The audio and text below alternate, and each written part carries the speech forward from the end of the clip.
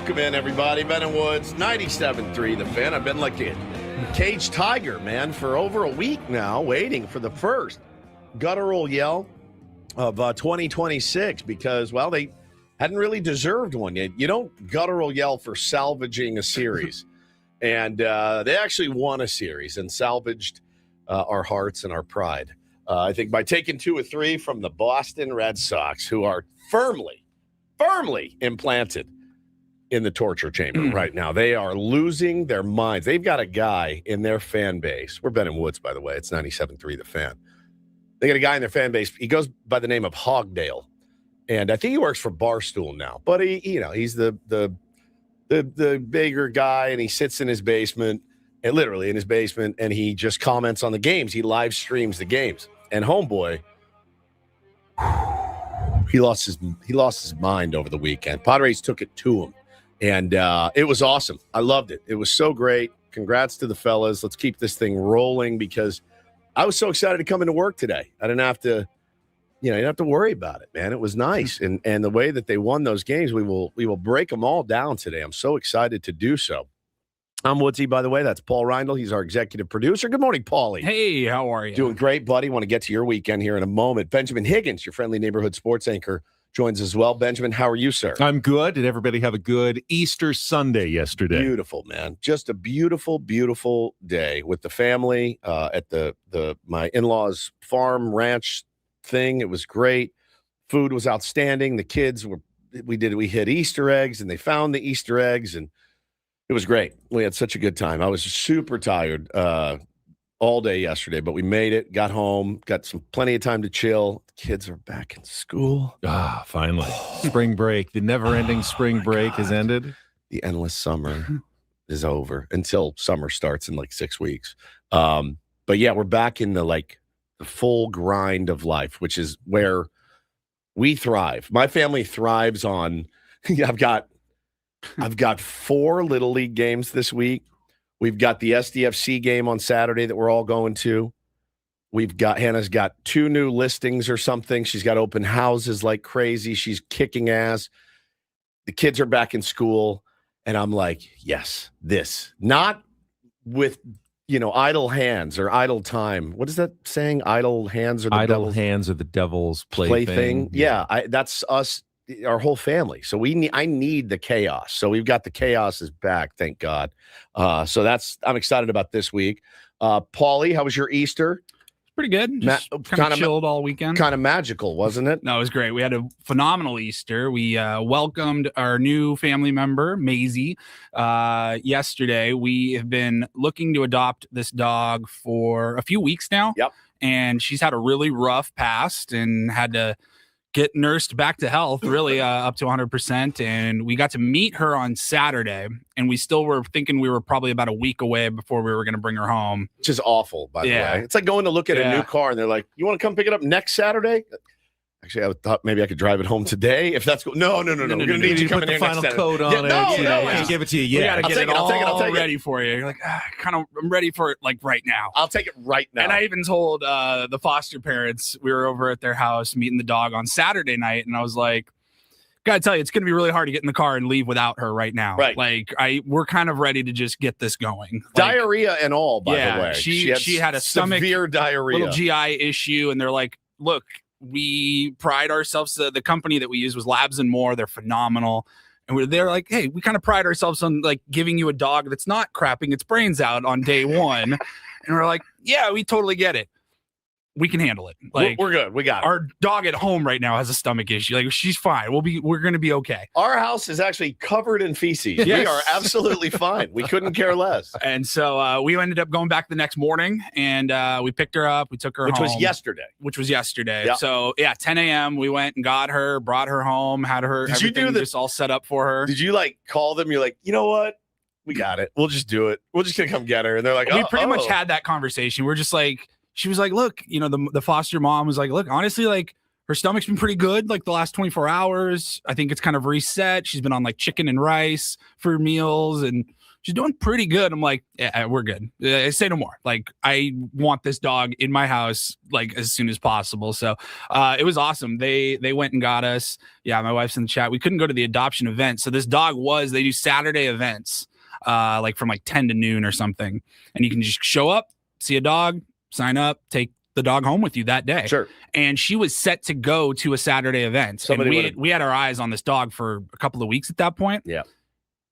It was the only Saturday that we had a special Saturday show from 10 to noon. The block party. The block party. And I was like, babe, I cannot go. Like, it's the one Saturday show of like the year that we have. Sorry about your dog. Sorry. There's no way. And so we wrote them and we're like, whatever you can do, we need this dog. Like, do not let this dog go, to the event, because it will not come. It'll go home with somebody immediately. So we ended up making it work. We've been talking to them for a couple of weeks. We brought her home yesterday. She's just the sweetest girp. You got her in the chat? Put her in the chat so everybody can How'd she handle the new environment of your home? She adapted pretty well. Yeah. Let's see here. Let me put this up. We have a 13-year-old dog, and she was a little bit territorial at first. And by the end of the night, like by 7:00 last night, we were all like laying there cuddling together, and she has like completely figured out like this is home. She loves all her blankies and everything like that. Let's go, dude. She's a chocolate, right? That's the color. She's a brown, chocolate. She's like a boxer, pit, lab, shepherd type mix. Absolutely beautiful. Just big ass ears. Oh my god! I'll bring her in one of these days. Please and do. She's got the biggest forehead like you've ever seen. It does not fit her body. It was so great, dude. I honestly was very emotional yesterday. 100%. Like, we were just sobbing, like the just happiest of tears. We lost Daphne like 6 months ago. We had to put her down. It was awful. That's terrible. And this one's got such a wild backstory too. Yes. But like losing one that is your beloved. Yeah, it's just awful. There was even with another dog, there was still such a void like in our family.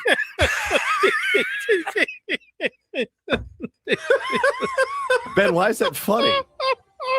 He's talking about a void in their lives and in their family. There's nothing funny about that. Guy's burying his soul on the radio. Yeah.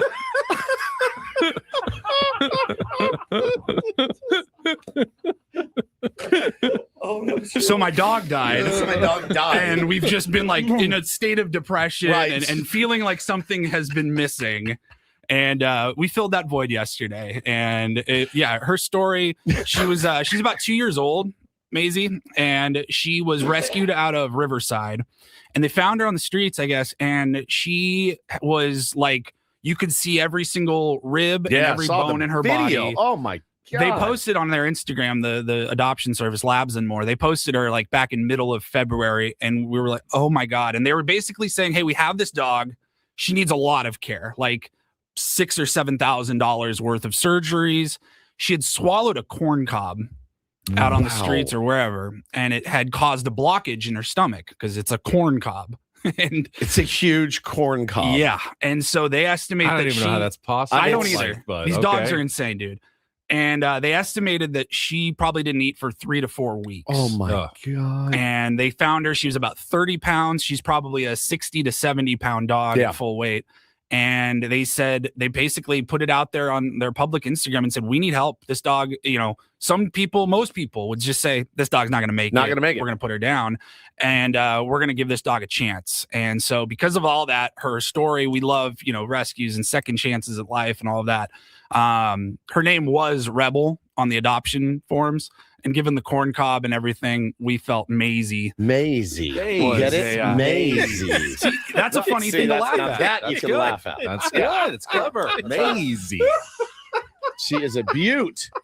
She's a beauty. And now welcome Maisie to the Ben and Woods family. And now you get to be a part of it. She got all her toys. She'll get to come in and hang out, hopefully here in the studio, and get a little dog bed over there. Are you comfortable with that? I'm very comfortable with dogs. Good. Yes. Yeah. Okay. Good. I just don't like cats. She's about as chill as it gets. I'll bring one of my cats. I'm allergic. You're not allergic. I'm very allergic. I'm very allergic to cats. You're not.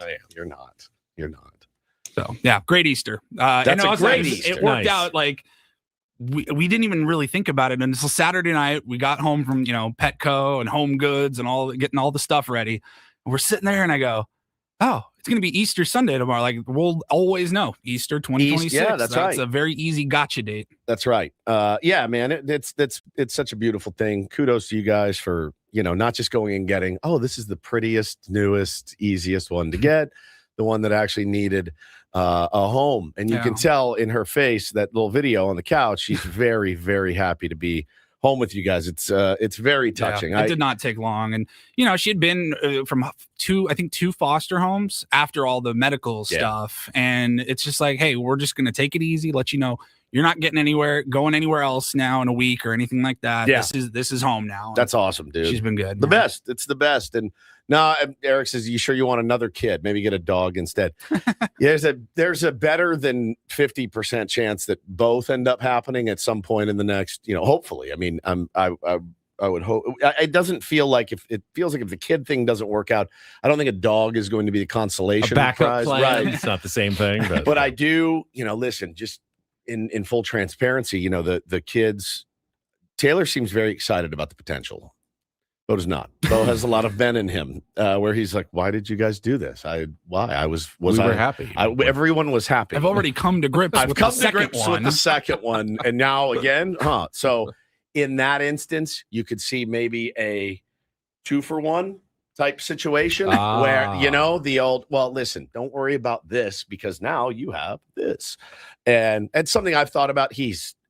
To see him out at the farm yesterday where there's goats, there's llamas, there's chickens, there's bunnies, to watch him lead the charge with all these animals, walking a llama around like it's no problem. I won't even get near it, by the way. I was like, no, I'm staying away. I don't blame you. They spit upon you. Yes. And they kick you. They're jerks. They're jerks. Then I go, they're like, you want to come pet it? I'm like, why would I want to come pet it? No, I'm staying away from that. I don't want to get... So I'm standing there in my Easter best. We're getting ready to go eat. I go, worst just, possible. What's it? What is it? Is it like acidic? Like what is it like? Is it like skunk spray? What is it? Venom? Is it venom? Or is it just like I think they're just blowing raspberries at you. The minute I got fairly close to it, it was doing this. Ready? It was going.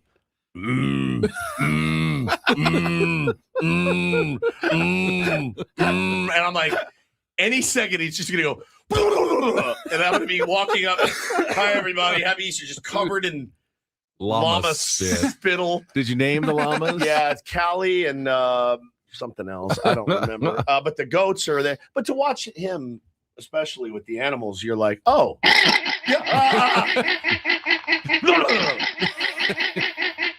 Bro, it is unbelievable.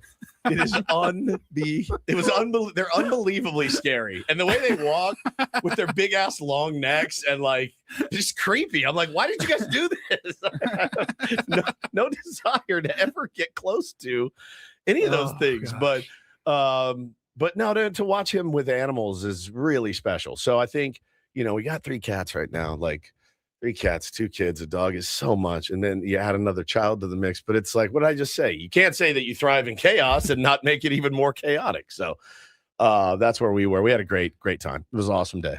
Maybe that's what I walk like, a llama. Maybe. Is that the comparison? I wanted to thank all the tier 1s for their comments on the video I posted. We did, Channel 10 did post the s'mores pretzel video from Petco Park over the weekend, but got a couple good pieces out of that. We didn't have all the walking content that Woods and Hannah wanted to see. Yeah. So not just Woods and Hannah, the entire city. I made a separate reel of just the outtakes of me walking around Petco Park to get to the pretzel stand. Well, we've talked about it on the program. He asked us, a while ago, does he walk funny? And we both said yes. Yeah, you do. And you've been working on your gait, and I think that you've made great strides. No pun intended. I really do think you've made great strides because I broke this video down, as I told you I would, like the Zapruder film. And it's essentially 4 cuts, right, in the video. And the first cut is very good. It's very normal. You look very natural. Then you start to see the center of gravity start to lean forward like a ski jumper, right? So So then and then the arms get a little bit more swingy. Yeah. And by the end, you're almost parallel to the ground, your chest, because you're leaned so far down. And then the arms start going, and they just start going, and the shoulders start to slow, and the shoulders start to slump. I think maybe you're like at times overemphasizing the straight back, and it's like your back is like arching the other way instead of like kind of hunched over. You're kind of going the opposite. Like this, and then the arms naturally will swing more. So if you could just think about this. Look, you're standing in a door jamb when you walk. Okay, you're like just square, and then just kind of lightly swing your arms. Somebody said it looks like you're walking with two imaginary friends and you're holding their hands. Do I walk funny? Yes. The problem is the more I think about walking straight up, the stiffer I get, which is save that. The opposite of what we're really trying to go for. I'm trying to relax, but when I relax is when I start leaning forward and kind of just relaxing a little bit. But that was the one I got a lot from. Yeah. What are you doing with your hands? What's going on? People are asking me about my pant legs. That's the other thing. So when they pan down to your legs, they go, oh no, he's going to catch some grief for his high waters. But it's not his fault. His calves are so gargantuan and massive that no pant will stay down around his ankle. And they all ride up because of these massive, sinewy calves that you have. The only pant that would work on him is a bell-bottom pant. It's the only type. And because we're in 2026, actually, all the little broccolis in my neighborhood, they all wear these big Jinko black jeans now. If you can't pull them off. You're 50 years old. You're 50 years old. You cannot wear them. Those would also work. But all of these Viore joggers, they just ride up. Already doing it this morning. They just keep creeping up my legs. My mom said you need to walk. Your legs need to be closer together when you walk. They're too. They do. You get too wide. You I need wide. little Sasquatchy. Yeah. So when the arms start going and the legs get wide, it's like, oh, he's an actual Yeti. Like here comes the Yeti of Petco Park. They have Sasquantino, Sasquatch, Vinny Pasquantino. We've got This kind of just feels fitting. Yeah. Hey, is that Channel 10's Ben Higgins? Here he comes. Kudos to you for putting it out there. It was amazing. It was incredible. I was actually, not to be gross, I was on the toilet when it came through, and I went, oh, it's here. The walking video is here. And I was like, I've already seen it. It's so good. You are such a legend for putting that out. And I love that your editors made this big, long cut. You're in there talking about the pretzels. You're talking to Chef Phil. And great piece, by the way. Thank you. I thought it was really well done. You made me laugh in it. I thought it was great. And I'm watching. I go, they cut it out. They looked at it and they go, we can't show we this. went with the POV walking up. You like the POV. I love POV. Mom POV. But yeah, 100%. This is Ben POV. Ben POV. Ben POV. Yeah. It is just Not as familiar, but Ben Foot. Ben Foot. There it is. Oh man. SoCal Yeti says identity theft is not a joke. Sorry, Yeti. All right, you have SoCal Yeti. He's got Petco Yeti. I mean, it's just incredible. You did great. Thank you. Great. I'm very proud of you. Speaking of my parents, I had to rescue them last night. What? So, home, turned in for the night. It's like 7:30, and my mom calls, and I'm going, this is interesting. So I answer, and she says, my dad and I have a flat tire, but we're not that far from your house. AAA says they're going to be like an hour. They'll just tow it somewhere in the morning. Can you just come get us and take us home? I said, absolutely no problem. They've done plenty for me over the years. I can. You tell them, sorry, I'm busy. Make a quick drive, just a couple of miles away to pick them up so they can get home, and they'll just get the car in the morning. And I get to their car, and the tire isn't flat. It's gone on my dad's car. It's completely gone. There's no tire whatsoever left. Pardon me? The front. Yeah, it's just a wheel and a rim. And the tire is gone. And I go, but Dad, how far did you drive on the tire before you pulled over? And he goes, Not very far, no more than a half a mile. And my mom's just going, no, I it's mean, longer. that's wheels. You're going to need a whole new wheel now. You drove on it way too long. So He tried to get home, didn't the he? rubber was just gone. So he was on. Yeah. He was on in his full. Yeah. Starts to feel the clippity clop Yeah. of maybe a flat. Yeah. Keeps going, and at some point the rubber just comes off Yes. entirely, and then he's on the rim. Yes. Just I assume some sparks are front- coming off. Front left. Yeah. front left. So he's like this off to the side. The rubber's gone. Yep. I remember like having a flat tire. It was just gone. I remember There was no time. I got into this parking lot of, whatever, Firestone.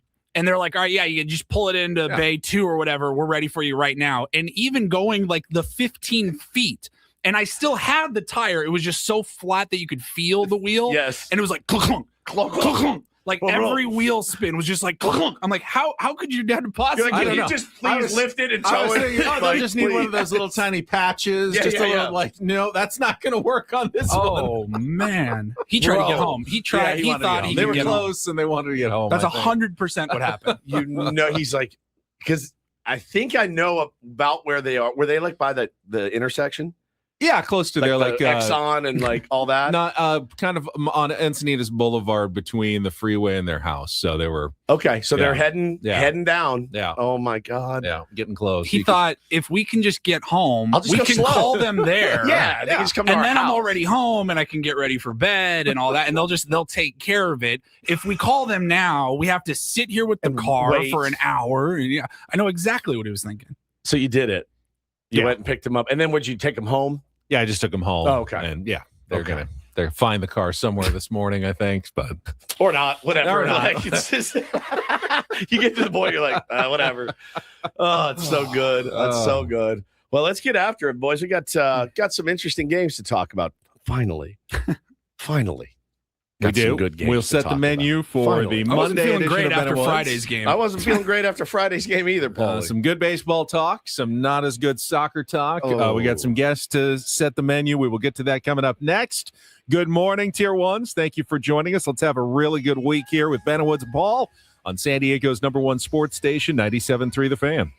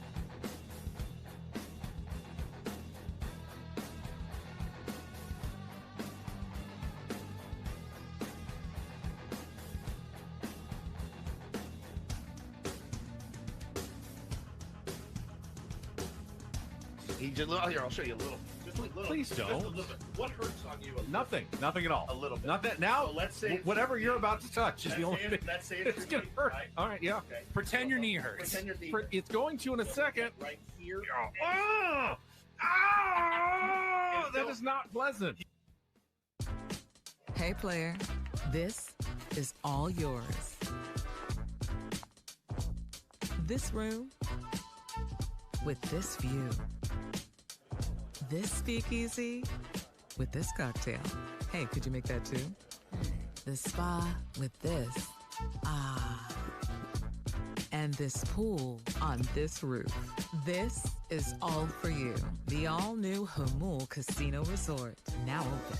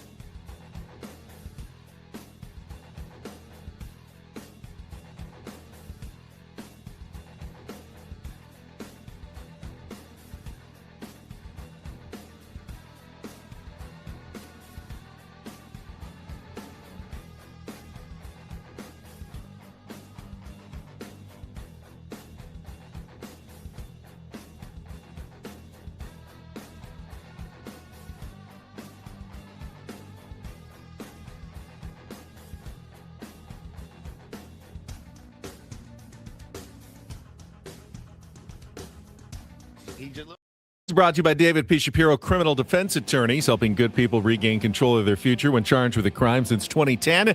Visit davidpshapirolaw.com. We'll get to our Padres Wrap-Up. A couple of wins in a row, finally, in a series victory over the Boston Red Sox in just a moment. Plenty of Padres talk coming up this morning. We'll go through the other two games of the series. And then coming up at 7:20, don't do this, 7:35, Craig Elsten will join us. Not only will we talk Padres with the host of the Padres Hot Tub Podcast, but we can also go through SDFC's 3-0 loss at San Jose. Maybe the worst game in the history of SDFC soccer, Small if I'm being sample size, honest. but yeah. It was ugly. I sat down very excited to watch on Saturday night. Gave up an early goal, gave up a goal and a red card and a penalty kick, and it was just brutal. It was just a brutal, brutal night for SDFC. I texted you guys that night. We were planning on watching the game as a family, and everyone goes, "Oh!" I even said, "Hey, game's on tonight, 7:30," and I laughed because I said, knowing our entire family will probably be asleep at that time. And Hannah's like, "Who, us?" Like, we were just joking around about it. Well, we're watching a movie. Taylor brings his guitar in, and he starts jamming. And he writes songs now, and they're really sweet. Like, he's like a 5-year-old. He can turn a phrase. It's very, and I'm trying not to like make a big deal out of it. I'm trying to just foster it. Like, oh, that's beautiful. Can you play another one? It's really cool. So he ends up jamming in there for like an hour, and he's playing us songs. And I go, I'm missing something. I'm forgetting. There's something I'm forgetting to do. And I texted you guys, and you're like, "Oh man, this SDFC game's brutal." I'm like, "What's happening?" And you said it's 3-0. I go, "Oh, Don't waste your time. I didn't waste my time. I did not watch 1 second." I go, "All right, never mind. I'm gonna watch him. I'm gonna watch the next Jason Isbell writing songs here at 5 years old." So that's what I did. That last season, that happened to me a lot because I wasn't in the habit of watching SDFC. I'm like, oh yeah, the game's on. Starting to like anticipate now. I'm really Getting excited. Yeah, like, okay, I'm waiting all day for the SDFC game to start, which is what made Saturdays just so brutal, because waiting all day for a 7:30 kickoff, and then within 20 minutes you feel like, oh, they've got no hope. They're down a man, they're down 2 goals. This is, time to punt and move on to the next game. Yep. And hopefully that just means they'll be more motivated when we're there on Saturday night when they host Minnesota, and we're down there in one of the boxes. What was the red card? Manu Dua took down a guy who was the last guy in the box, and when you do that, it's not only a penalty kick, but unobstructed to the goal. Okay. It's a red card as well. So they got both the PK and Very cool. Manu Dua was out, which means we won't get to see Manu Dua Damn it. on Saturday, because not only are you out for the rest of that game, you're out for the next game as well. It's a pretty serious penalty, those red cards. Very serious penalty. Yeah. Imagine getting ejected and just automatically in baseball. You missed the next game. That happens game, all too. the time. Guys get ejected, Yeah, and you then get- you were gone for the next game. You Like, get run in the 8th inning, and then they're like, "Yeah, you don't get to play Wednesday." You're like, Right. "Excuse me?" Yeah. Like, I got yeah, run. yeah. I got just run for in this arguing game. balls and strikes. Like, you have to like hit an umpire to get to like A miss suspension games or Yeah. something. Yeah. So, but that's how it works in soccer. So, but long season, we're still early, and it did end their 12-game unbeaten road unbeaten streak, which had tied an MLS record. But that was always going to come to an end at some point. I mean, road matches tend to be more difficult. So we'll talk some soccer with Craig Elsten coming up at 7:35. In our 8 o'clock hour, we'll play Take on Woods. We got a weekly prize, Petco Park concert tickets to give away. Qualify for My Chemical Romance coming to Petco Park on August 30th. Chance to win those at 8:20. At 8:35, our Lynn Sider, Dennis Lynn from The Athletic, will be with us to talk some more Padres baseball. Thanks to Humul Casino, and all of our guests on Ben & Woods appear on the SDCCU fan hotline. It's not big bank banking. It is better. We'll wrap up with the Reindl Report and look ahead. Padres continuing their road trip, ready to face the red-hot Pittsburgh Pirates for the first of 3 tonight, and their new prospect star, Connor Griffin, who had a nice weekend. I'm sure you were paying attention, Mr. Connor Griffin, corner the market baseball card owner over there. My entire family Friday huddled around the TV. No joke. The kids were playing outside, and I yelled out, "Hey, Bobo, Connor's up." And he came inside. He knows the story. He's watched the videos, and great kid, right? The whole package, 19 years old. And Hannah's there. We're all watching. And this dude gets so flummoxed and fooled on a couple of sliders, and they'll pan up to his family, beautiful wife and mom and dad. And 19, married. Married? Yeah, married. Wow, Really? did Yeah, not know beautiful, beautiful. Not wife. know that either. Just a solid kid, right? Flummoxed on these sliders. And the guy's like, I mean, you're not seeing anything firm at all. Finally, he makes the adjustment on a slider that just hangs a little bit, and he just pummels it, and then he just flies into second base. My entire family screamed. Like, we've just fallen in love with this guy. Like, and it's not just because of the cards. Like, he's a good kid. It was just such a cool moment. And, you got kids that play baseball. And, of course, every parent's like, that could be me one day. It's not going to be, but you let yourself go there, certainly. And what a special moment. He didn't do much after that. I mean, got on a couple times, made a couple of nice defensive plays, but it was a pretty cool moment for your first AB. I'm excited to watch him again next 3 games. I know. Cheering I against was him the next cheering 3 against games. him. The Right, Padres yes. were still playing on Friday when his first at-bat came up. And they were getting smoked. I switched over. Yeah, I I did was like, too. I was like, oh, Pirates game's starting. Like, I'm going to go watch that for a little bit. Yeah, it was cool. It's a cool moment. First up, though, Padres wrap-up of what was probably the most exciting and fun game of the season yesterday, an 8-6 win over the Boston Red Sox. We'll get to that after a check of traffic. Broadcasting live from the Bill House Studios, we know how. Ben and Woods on 97.3 The Fan. From the 855 Get Ross Traffic Center. Injured? Demand justice. Demand Jurowitz. 855GetRoss.com. Here's Sue Allard. Traffic is brought to you by the Caltrans Stormwater Program. Visit cleanwaterca.com. Watch out, there's a stall on the 8 westbound at Lake Murray Boulevard. It takes out the right lane, and then somebody broke down southbound on the 5 right at the 8.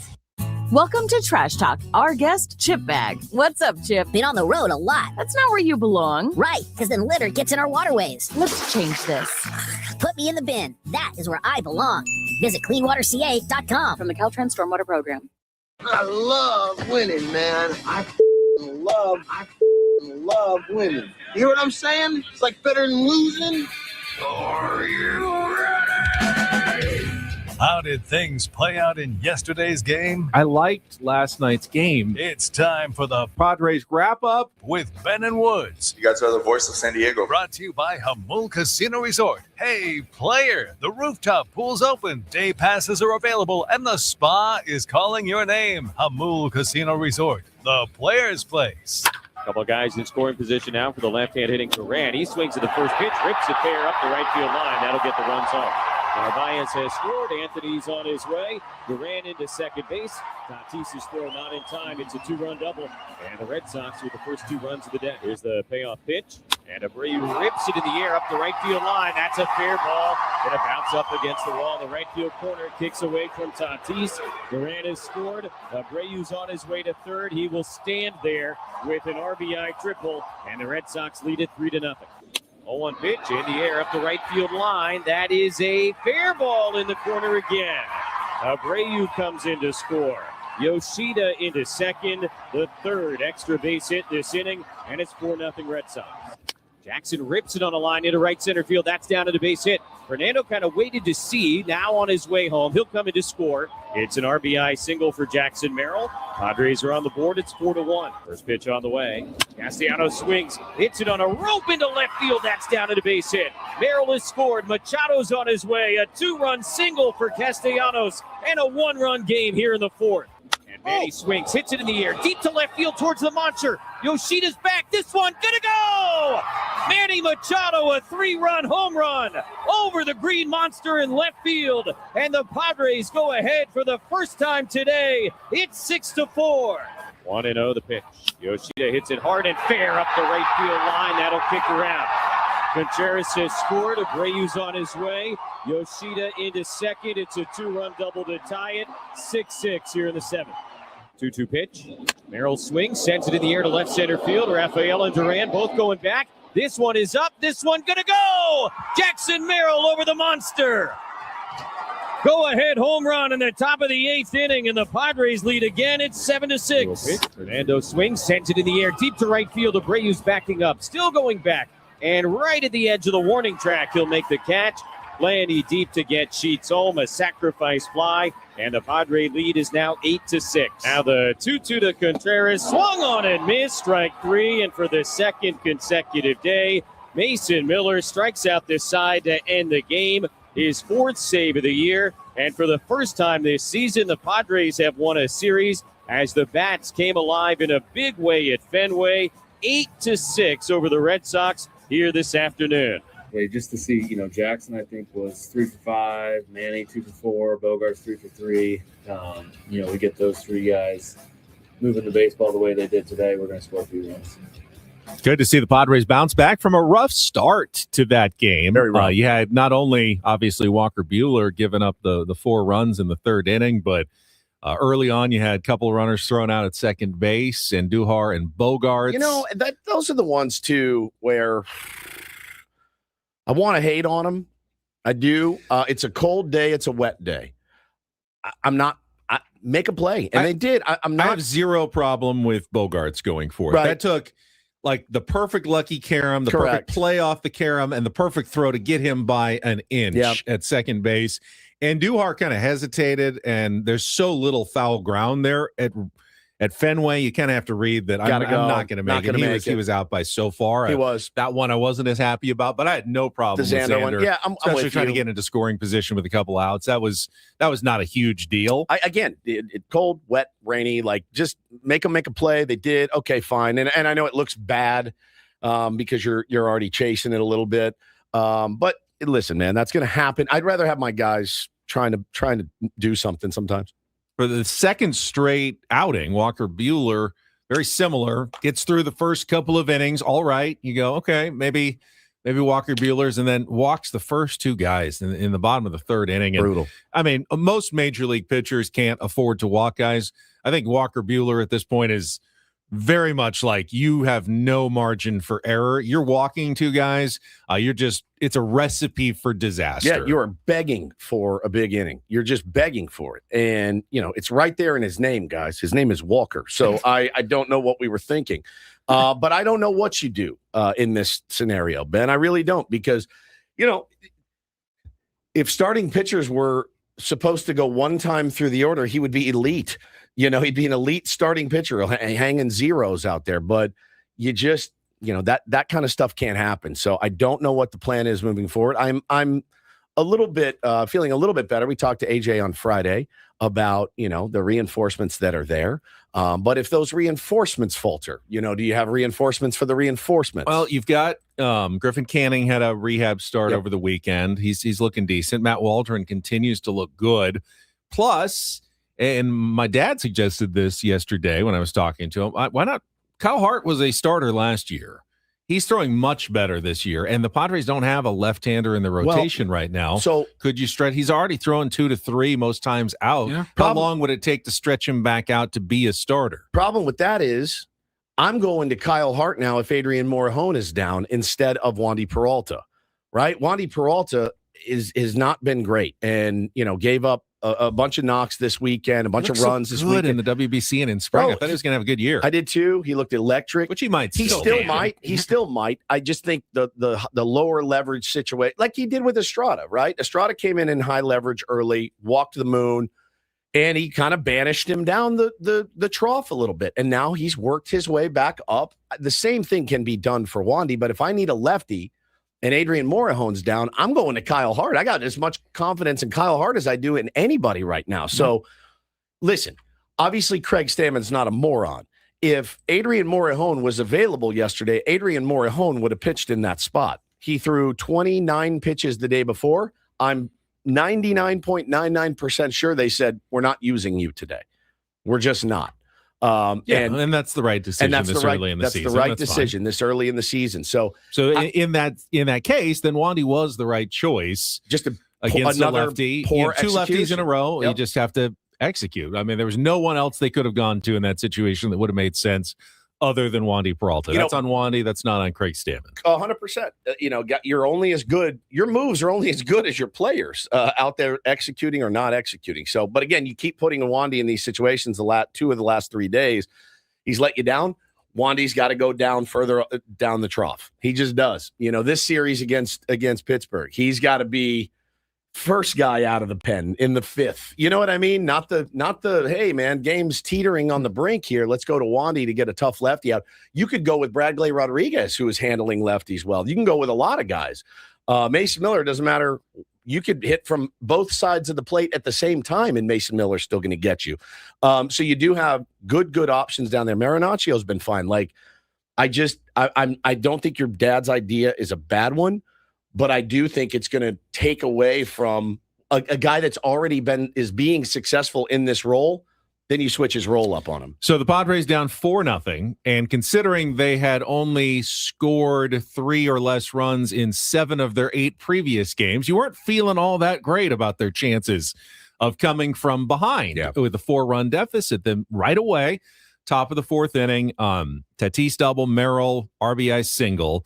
And then Manny, he drew a walk. And then the play that was kind of key in that inning where they try the pick at first base and Manny kicks the ball away on purpose, on accident. Who knows? I mean, I don't think you're allowed to purposely kick it, but who would ever decide that Manny was, if he was able to actually on purpose kick the ball away, while he is, while it's he's in not the human. air, like it's on a bounce, and to time your foot down as the ball is rising and to just stifle it and kick it away was beautiful, was brilliant, and it was a very heady baseball play. I don't know. He's learned a lot from owning SDFC, apparently, because it was perfect. 7,000th I know. I heard that joke, and I wondered, is he going to? It's not even a joke. They wrote ESPN. I know, that's what I'm saying about it. Yeah.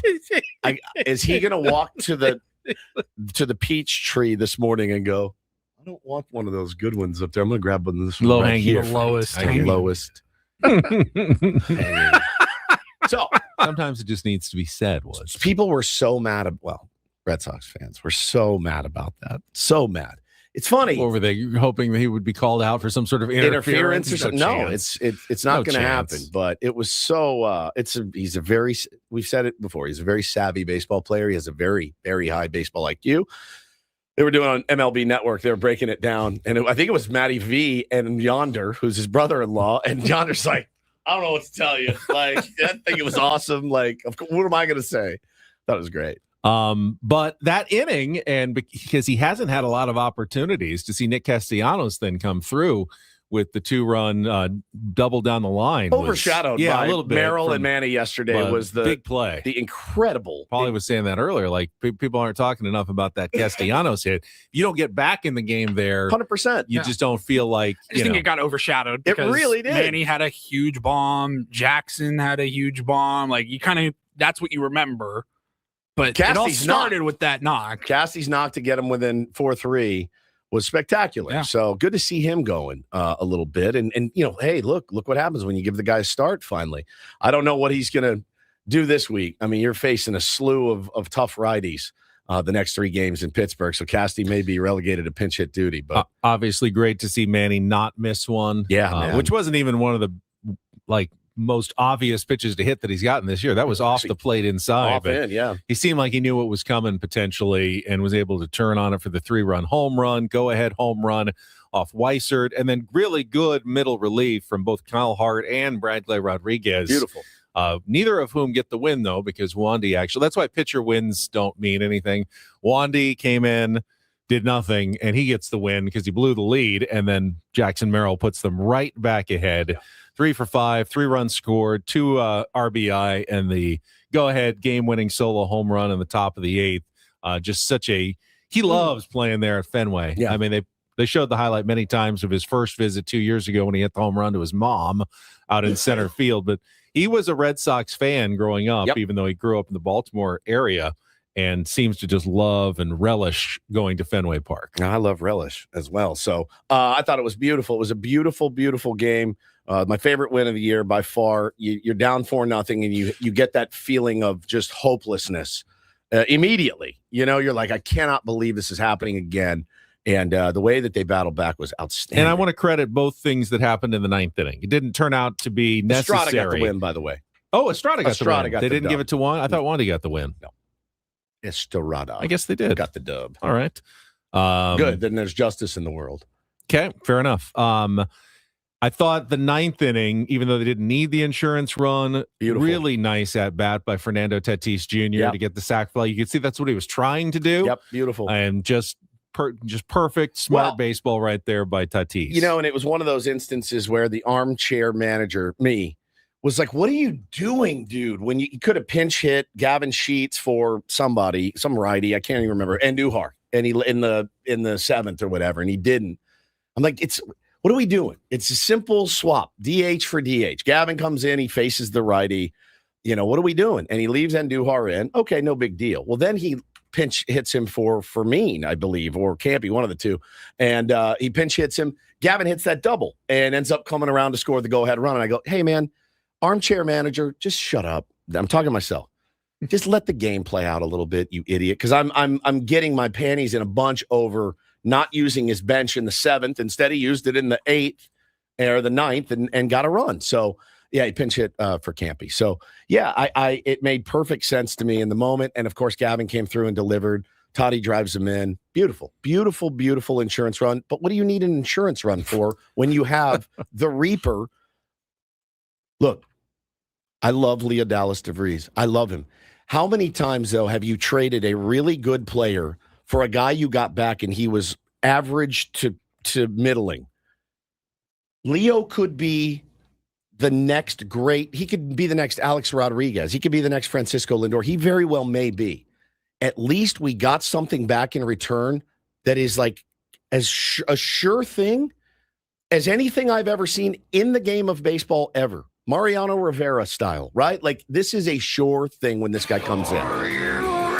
If I'm a Red Sox fan and that dude walks in and we're down 2, I'm out. I'm getting the train back. There's no way. I mean, I know he's given up runs in his career, and he will at some point. He will. Again, but he absolutely will. It doesn't but feel it's like it right now. Like 0.000 ERA at the end of the year. I mean, the run he's on now to start this season is just unbelievable. It's crazy. It's been incredible. And going back to last season, too. Yeah. I mean, he's just been, again, I understand how bad that hurts, losing a guy like that for him. But at least he's not good. He's great. Like, he's great. Got a good Randy Vasquez performance again to talk about. We'll kick off hour number 2 next year on The Fan.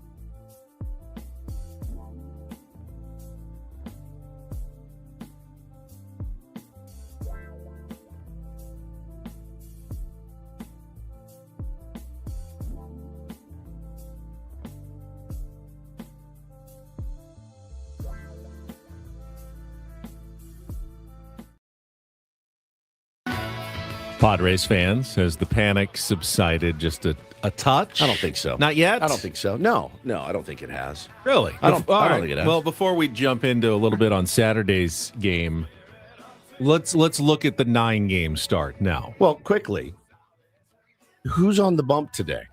I'm panicked. I'm as panicked as I've ever been today. Like yesterday's gone, Saturday's gone. Now we go into Pittsburgh against a pretty good team, young, scrappy, hungry team, against a really good arm tonight in Bubba Chandler, and we're throwing out German Marquez. So the panic is certainly now. Is anything possible? 100%. Could he absolutely find it and twirl for 5 innings? Yeah, man, that's a young team against a veteran pitcher. Pirates are red hot. They got veterans too. I think the hope is, maybe split the first 2 games if you're lucky, and then have a chance to win the series with Michael King on Wednesday. So yeah, this is not easy. You're on the road against a team that's won 5 in a row. But I'm just saying, look back at the first 9 games. Padres at 4-5. Not great, obviously. You need to play better than 4-5 over the course of the season if you want to get back to the playoffs. But 4-5. Tell me, stop me when I say something that is untrue. Padres have the worst performing offense in baseball. Padres have had uneven starting pitching. Padres bullpen has been good, but has blown 3 late leads, including one that cost them a win. And despite all that, they're still hanging around at 4-5 through 9 games. Not the worst stretch. Perfect. That was perfect. I would assume that the Padres offense will not be the worst in baseball all season long. Bold statement. No one predicted it would be the worst in baseball. The track record of the players would tell you it's not going to be the worst offense in baseball. It may have flaws. They may not have enough power and slug, and they may need to find ways to score runs, but they had those problems last year. They were a middle-of-the-pack offense. Yeah. Low in power, but middle of the pack in scoring runs. I think they will be better offensively. I think pitching-wise, again, that was always the question mark, but I don't think it's getting much worse. We'll see if it gets any better. And I don't think the bullpen is a worry at all. So if a bad 9-game stretch is 4-5, I can live with that for the first 9 games of the season. That's a very rational way to look at it is because again, you can't go back on what you, me, Major Garrett, everybody said. Like hang around, 500-ish is good, right? 500 is fine for a while as this team figures out some of the moving pieces, figures out what the best rotation is as far as, Casti and Andujar and Sheets. The thing I like about Craig Stammen, what he's done well so far, he's not afraid to mix it up. And I like that. I mean, we did not see that a lot last year. And in fact, we were talking about it jokingly. Do we need to set the over-under on Ryan O'Hearn hits? Because Ryan O'Hearn, I thought was grossly misused here. Grossly. I thought on both sides, like offensively and defensively. I thought if Mike Schilt didn't quit, he should have been reprimanded for the way that he handled Ryan O'Hearn last year. And leaving Laureano down the 8-hole 7 or wherever he was hitting most of the last 2 months of the season. Yeah. When he was your best hitter. And, we got Craig Stammen did the same thing. For a day. Then he goes, like, you're leading off. I need Ramon Laureano to move up 5, 4, 2, 1. All right. There we go. It took him 4 days to progress him right up the lineup where he belonged, last year too, but never made his way up there last year. O'Hearn's hitting about 400 with 11 RBI already. He's just spraying the ball all over the ballpark. Again, it was here. It was like, hey, boy, get on the end of the bench. I'll use you when I use you. Stripes. Yeah, you got to earn your stripes around here. I mean, both of them in the trade, really. Dude, like 100%. It made no sense. It made no sense. And I do think we mentioned it. Bro, you had Luis Ariz playing first base when you just acquired Ryan O'Hearn. It was one of those, like, couple times a week you're going, what are we doing? Why did we acquire these guys? What are they here for? We needed I was so elated when I saw on the trade deadline day, like, wait, we got Laureano. That's great. Oh, and they're throwing in O'Hearn. Yeah. That's exactly what we needed. Really good way to go, first AJ. baseman. Yeah. And then he never got used. Yep, never got used. Camping out at first base.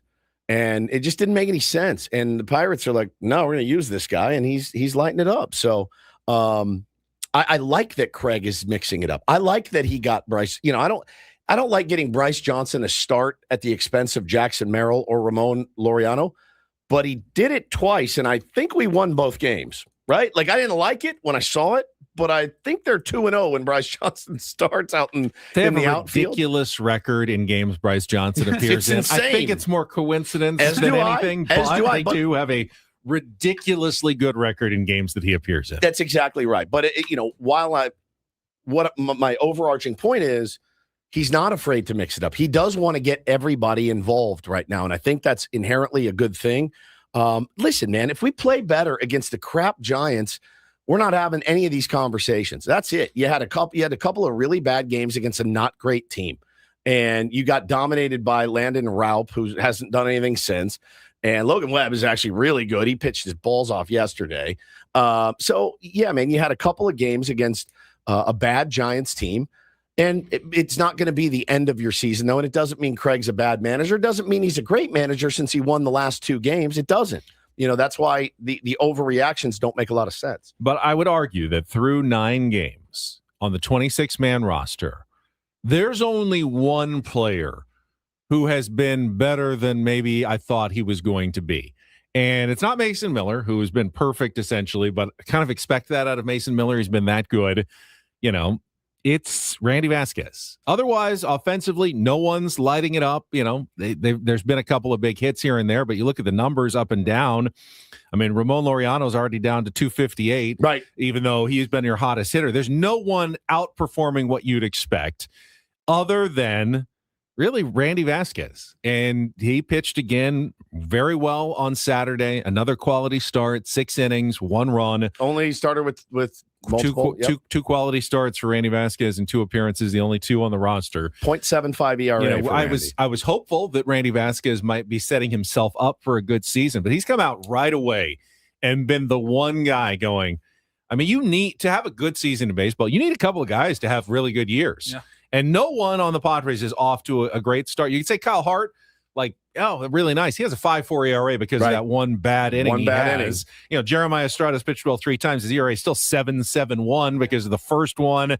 Wandy struggled. Bradley's been good. 1.69 ERA. He got charged with a run yesterday. But I would argue on the entire roster, the only player that has really outperformed anything that we've thought so far is Randy Vasquez. Yep. Everyone else is where they are or not quite up to what I would expect them to be. I'd hope that means the Padres have a lot of room for improvement from 4-5 on the first 9 games. But Randy, let's go talk about Saturday's game. He's just been such a gamer out there. I mean, he's he didn't even have his best stuff.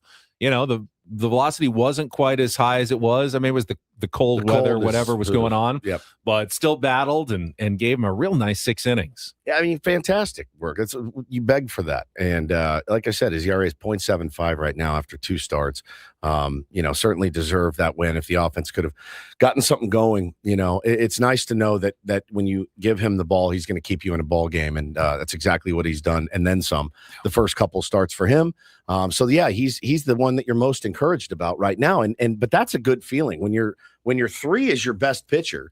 You're like, well, good. Now the 1 and 2, and it looked like the 1, he had a really nice start his last time out, and the 2 pitched pretty well also, and is getting better each start. So that's a sign of encouragement, Benny. But yeah, man, what it's going to boil down to is, can you score enough runs for these guys? And today's going to be one of those games where runs are going to be at a premium. Yeah, you mentioned mixing it up. I mean, starting Ty France on Saturday, He came through with helped score the first run with I guess it was a single, but nearly a home run off the monster. That set up the first run of the game. Padres, I almost thought, obviously as disappointing as it was for Adrian Morejon to give up the lead 2-1, and you're thinking, oh, they're going to let another one get away. I actually had the thought on Saturday afternoon, but if they find a way to win this one, it might be more valuable than simply a 2-1 win. Was that the Crony drop on the double play? Crony drop on the the play.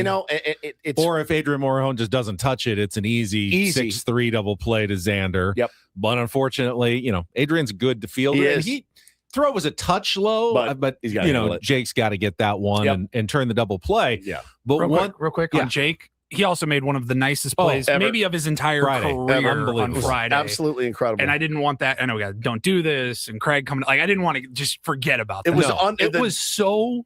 I watched beautiful. it. I watched it 100 times. It was just incredible. It would have been an incredible play if he had gotten one out on it. Oh, I know. Yeah. One dove up the middle. It was unbelievable. Gets up, tags the base himself, and then fires it over. It was incredible. But what Fernando Tatis Jr. did on Saturday. Oh my gosh, man. After striking out in his first 4 plate appearances. Oh, and then you get a Aroldis Chapman. And then that's your reward. You've never struck out 5 times in a game. It's pretty much guaranteed. It's like inevitable. Chapman's gotten the first 2 guys. 0-2. He's 0-2 on Tatis. I mean, you could have taken it to the bank. Here comes strikeout number 5. And to connect on I believe it was the hardest hit ball by the Padres all season long. We had Eno on last week who said the Padres didn't have a ball at 110 yet. That was over 113 over missile. Rafaela's head in center field, I think it was. Yep. And then for Laureano to come through after that with the RBI single. I think that was one of the most valuable moments of the early season for the Padres. Those back-to-back at-bats that you can beat one of the best closers in the game after they had just come back and tied it. What an emotional lift that was for the Padres to then set up Mason Miller for what he does, strike out the side for the save on Saturday. Big shout out. Good call here, Steve. Big shout out to Luis Campusano. Off the schneid, finally. 2 hits in the series over the weekend. Good for him. You knew it was a matter of time. It was going to happen. But he did get his knocks, and it was like when that ball hit the wall and he got into second base. I think he drove in a run, too, didn't he, Ben? 2 to Campusano, and that's hard hit in the air, deep to left center field. Rafaela's tracking it back. It'll be off the monster. Sheets is rounding third. He's going to score. The throw to second, not in time. An RBI double for Campusano, and a 2-2 game here in the 5th. Off the schneid. That had to feel so good. What was this? What was his quote after the game? I think it was, "Thank God." He said, I was standing out on second base. I think someone asked, "What were you thinking?" He said, "I was thinking, thank God." Thank God. Yeah. Thank God. You think, do they really know? Do they really feel it? Yeah, they absolutely feel it. Yeah, he knew.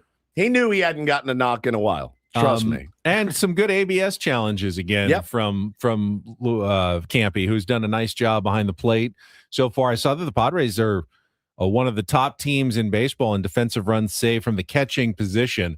And even though Fermin and Campusano combined offensively haven't overall done that much, they are contributing positively behind the plate with what they're doing both defensively and with some solid ABS challenging so far this year. Yeah, good call here about the catch Tatis made after kind of a low effort play. That helped get Randy Vasquez out of his last inning, right? After kind of a low effort play, going after a ground ball that was kind of a base hit that was rattling around down there, kind of flipped it in there.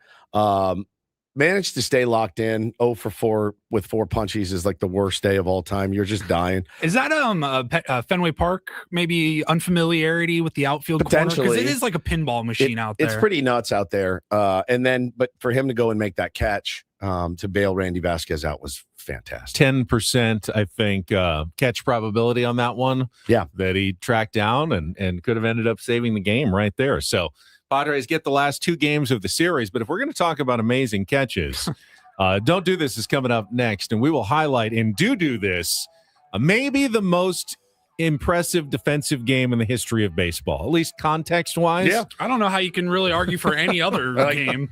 Torrey Hunter said it was. I mean, he was pretty good. So we'll talk a little Joe Adele and more in DDT. Coming up next with Ben and Woods, broadcasting live from the Bill House Studios. We Know How on San Diego's #1 sports station, 97.3 The Fan.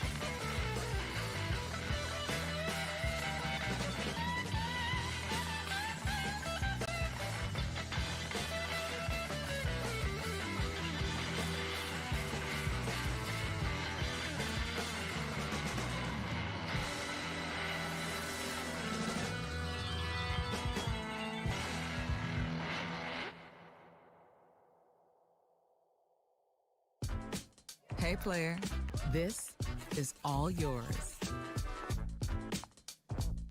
This room with this view.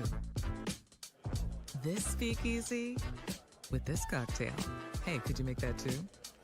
The spa with this. Ah. And this pool on this roof. This is all for you. The all-new Hamul Casino Resort, now open.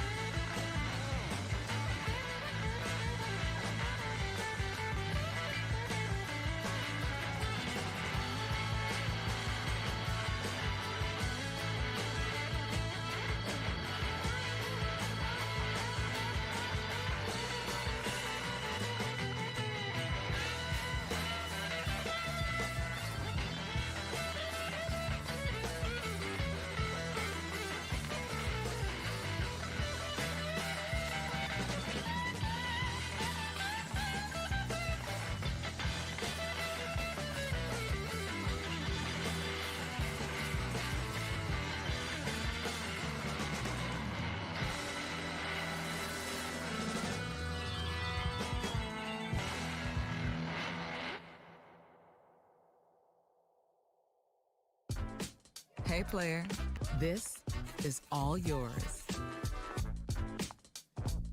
This room with this view. This speakeasy with this cocktail. Hey, could you make that too? The spa with this. Ah. And this pool on this roof. This is all for you. The all-new.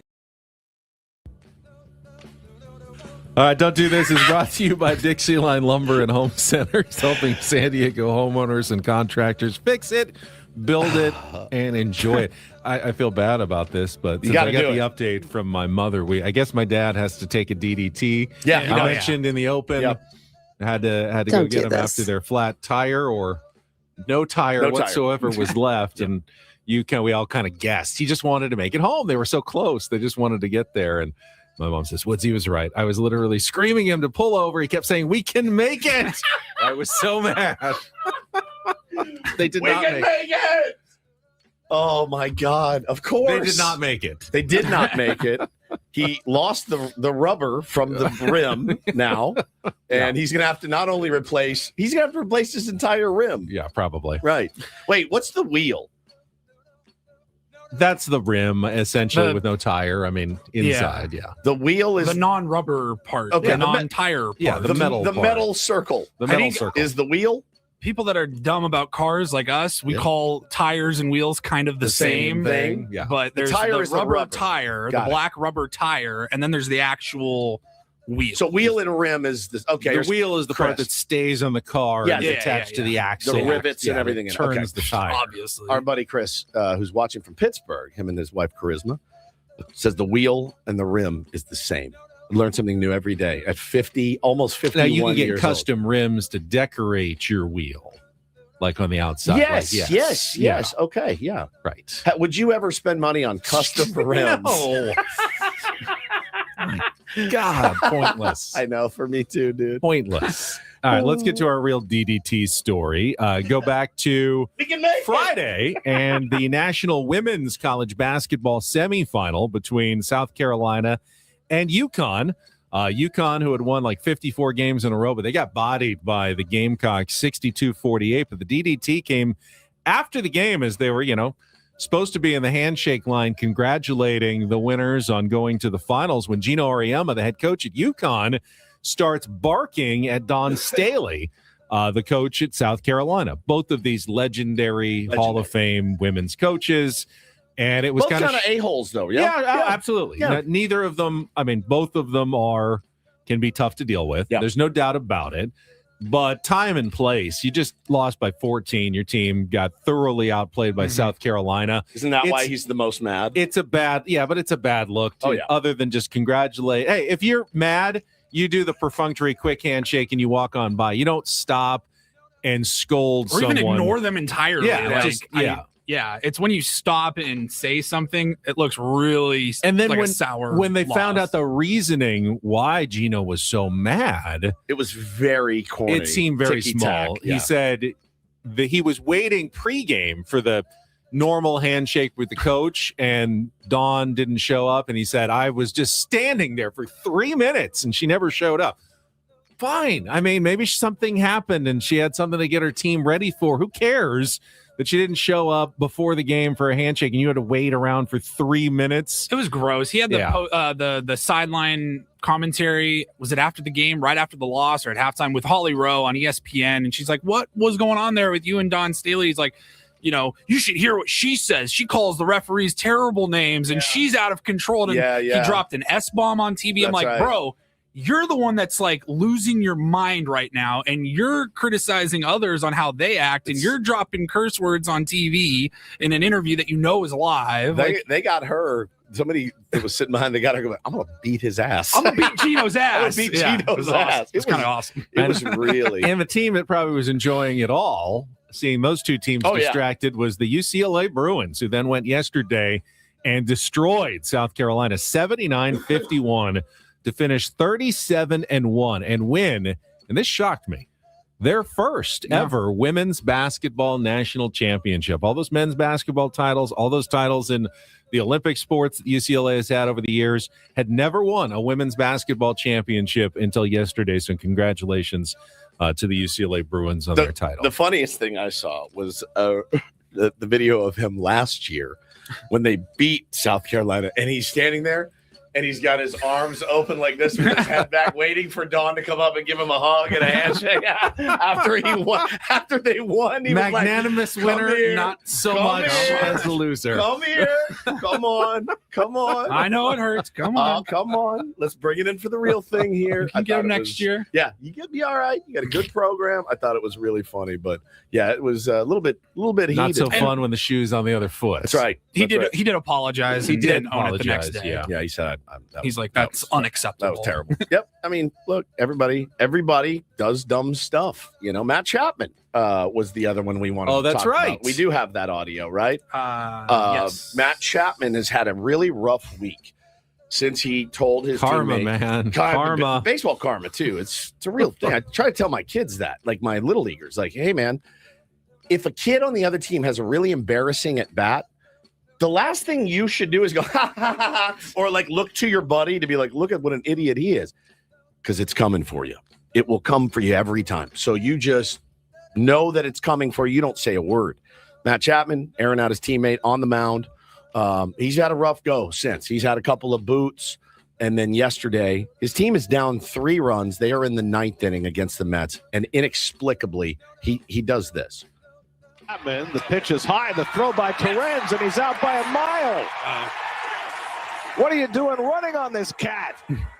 Torrens bags another one. A terrible decision by Chapman as he gets gunned down for the first out in the 9th with his team down by 3 runs. Boy, that's a free out right there. Maybe Vientos knew something we didn't, thinking that Chapman was going to try to go. I thought that was less likely than anything else we could imagine, but gunned down, and rightly so.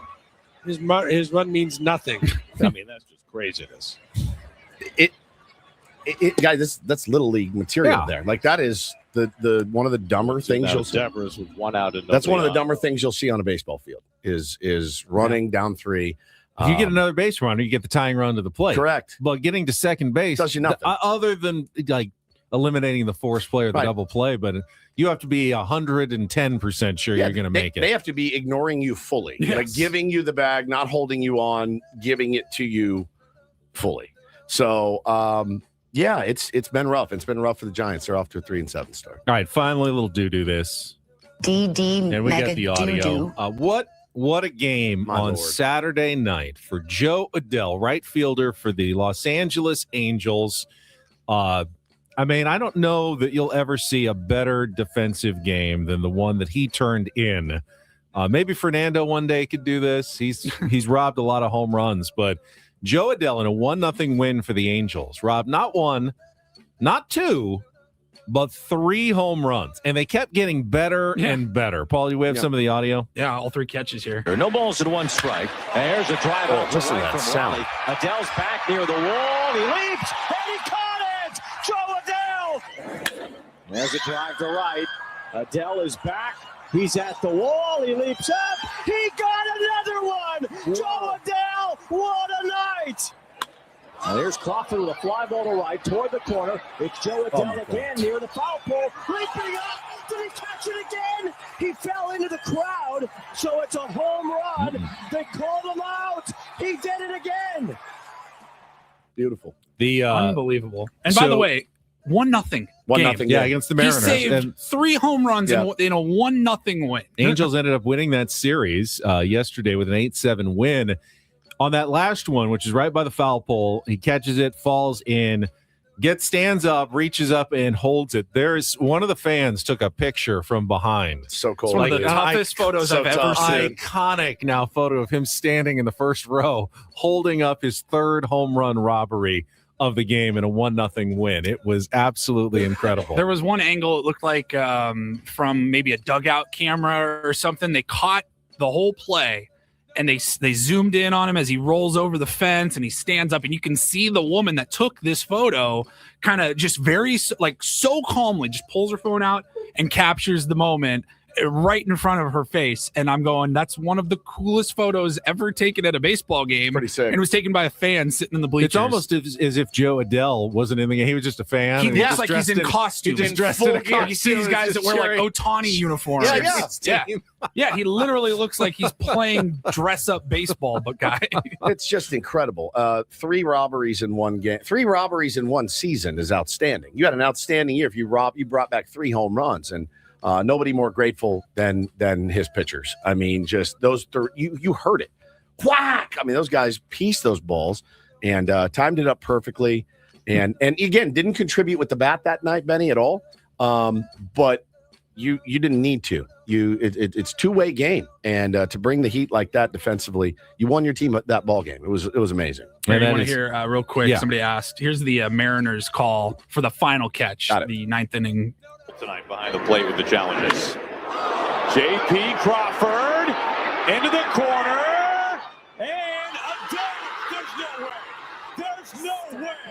Joe Adell is having the night of his life. Good call. He went into the crowd and just robbed his 3rd home run. That's a good call. Yeah, that's a great really call. That's like I'm not going to be a sourpuss No. here, and I'm going to tip my cap to a really brilliant baseball. Sometimes you're on the losing end, but you're like, that is something we will never see again. Like maybe So ever. cool. It was you're just watching history before your eyes. Gus says that's going to be a badass bobblehead next year. I think the 100%. second one was Cal Raleigh that would have been his first of the season. He's still hitting 121 with a 152 slugging percentage after his 60 home run season last year, off to a terrible start. He's my fantasy catcher. You do not have to remind me. Josh Naylor is hitting 114 with no extra base hits. Julio Rodriguez is hitting 147 with no extra base hits. Crazy, man. Unbelievable. And still, the Mariners are 4-5, just like the Padres. They probably are going to get better. Yeah. That's don't and do this for a Monday. That was Don't Do This with Ben and Woods on 97.3 The Fan. Yeah, did you see the sign in the Mariners locker room after the next day? It was like, "Don't hit it to Joseph Adele." That was really funny. I saw that. His first name isn't Joseph. It's not Joseph. Though. It's Jordan? Jordan. Is that right? Don't hit it at him either. Yeah. Yeah, it was great. All right, when we come back, we'll talk more Padres and SDFC's rough loss on Saturday at San Jose. Craig Elsten, Padres Hot Tub Chromaniacs podcast, will join us for his weekly visit coming up next on San Diego's #1 sports station, 97.3 The Fan. Gambling problem? Call 1-800-GAMBLER. GEGE 000-466. For a full list of games and rules, play at 7 Mile Casino. Visit 7milecasino.com. If you're looking for a place to play cards in San Diego, well, we've made it our place for a while now, and I'm glad that we've turned so many Tier 1s onto 7 Mile Casino, Woods. It's the best spot in San Diego to play cards. Yeah, obviously you love the setup when you walk in. The setup's great. They got the card games that you're looking for with Texas Hold'em, Pai Gow, Baccarat, and California-style blackjack. That's all well and good. But the proximity to downtown is elite, man. It's just 7 minutes away. No matter where you are, you feel like you're close to 7 Mile Casino. Take great care of high-limit players. If it's Texas Hold'em you're looking for, they got some good table spreads, great dealers, comfortable chairs, and 35% off all the food from Sammy's at 7 Mile while you're at the table. Or go enjoy the restaurant. Go with friends, have a great lunch, have a great dinner, or order from their 24/7 players menu. The Kung Pao chicken is fantastic anytime you want it. Kung Pao chips would be pretty Kung Pao good, too. chips, yeah. I would eat those. Like fries with Kung Pao chicken on them, I would eat that. I would do that in a heartbeat. No, check it out for yourself, guys. So close, just 7 minutes from downtown at 7 Mile Casino.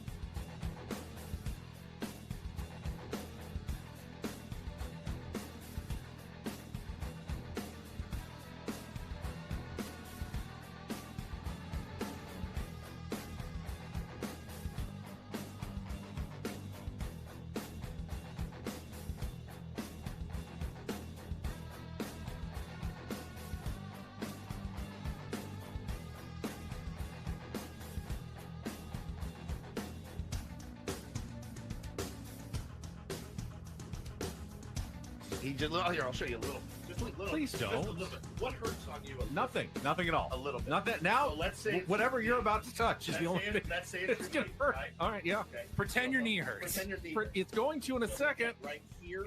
Oh, that is not pleasant. Hey, player, this is all yours. This room with this view. This speakeasy with this cocktail. Hey, could you make that too? The spa with this. Ah. And this pool on this roof. This is all for you. The all-new Hamul Casino Resort, now open.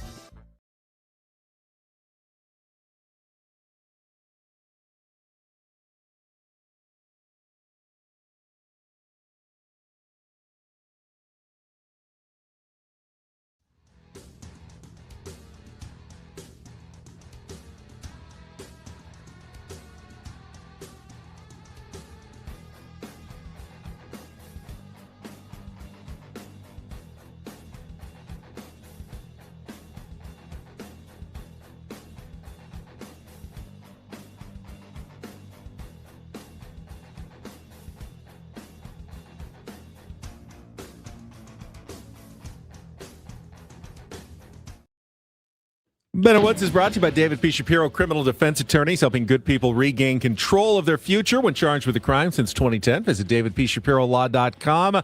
Craig Elsten is standing by. We'll talk soccer, we'll talk baseball, and more with Craig right after traffic on 97.3 The Fan. From the 855 Get Ross Traffic Center. Injured? Demand justice. Demand Jurowitz. 855GetRoss.com.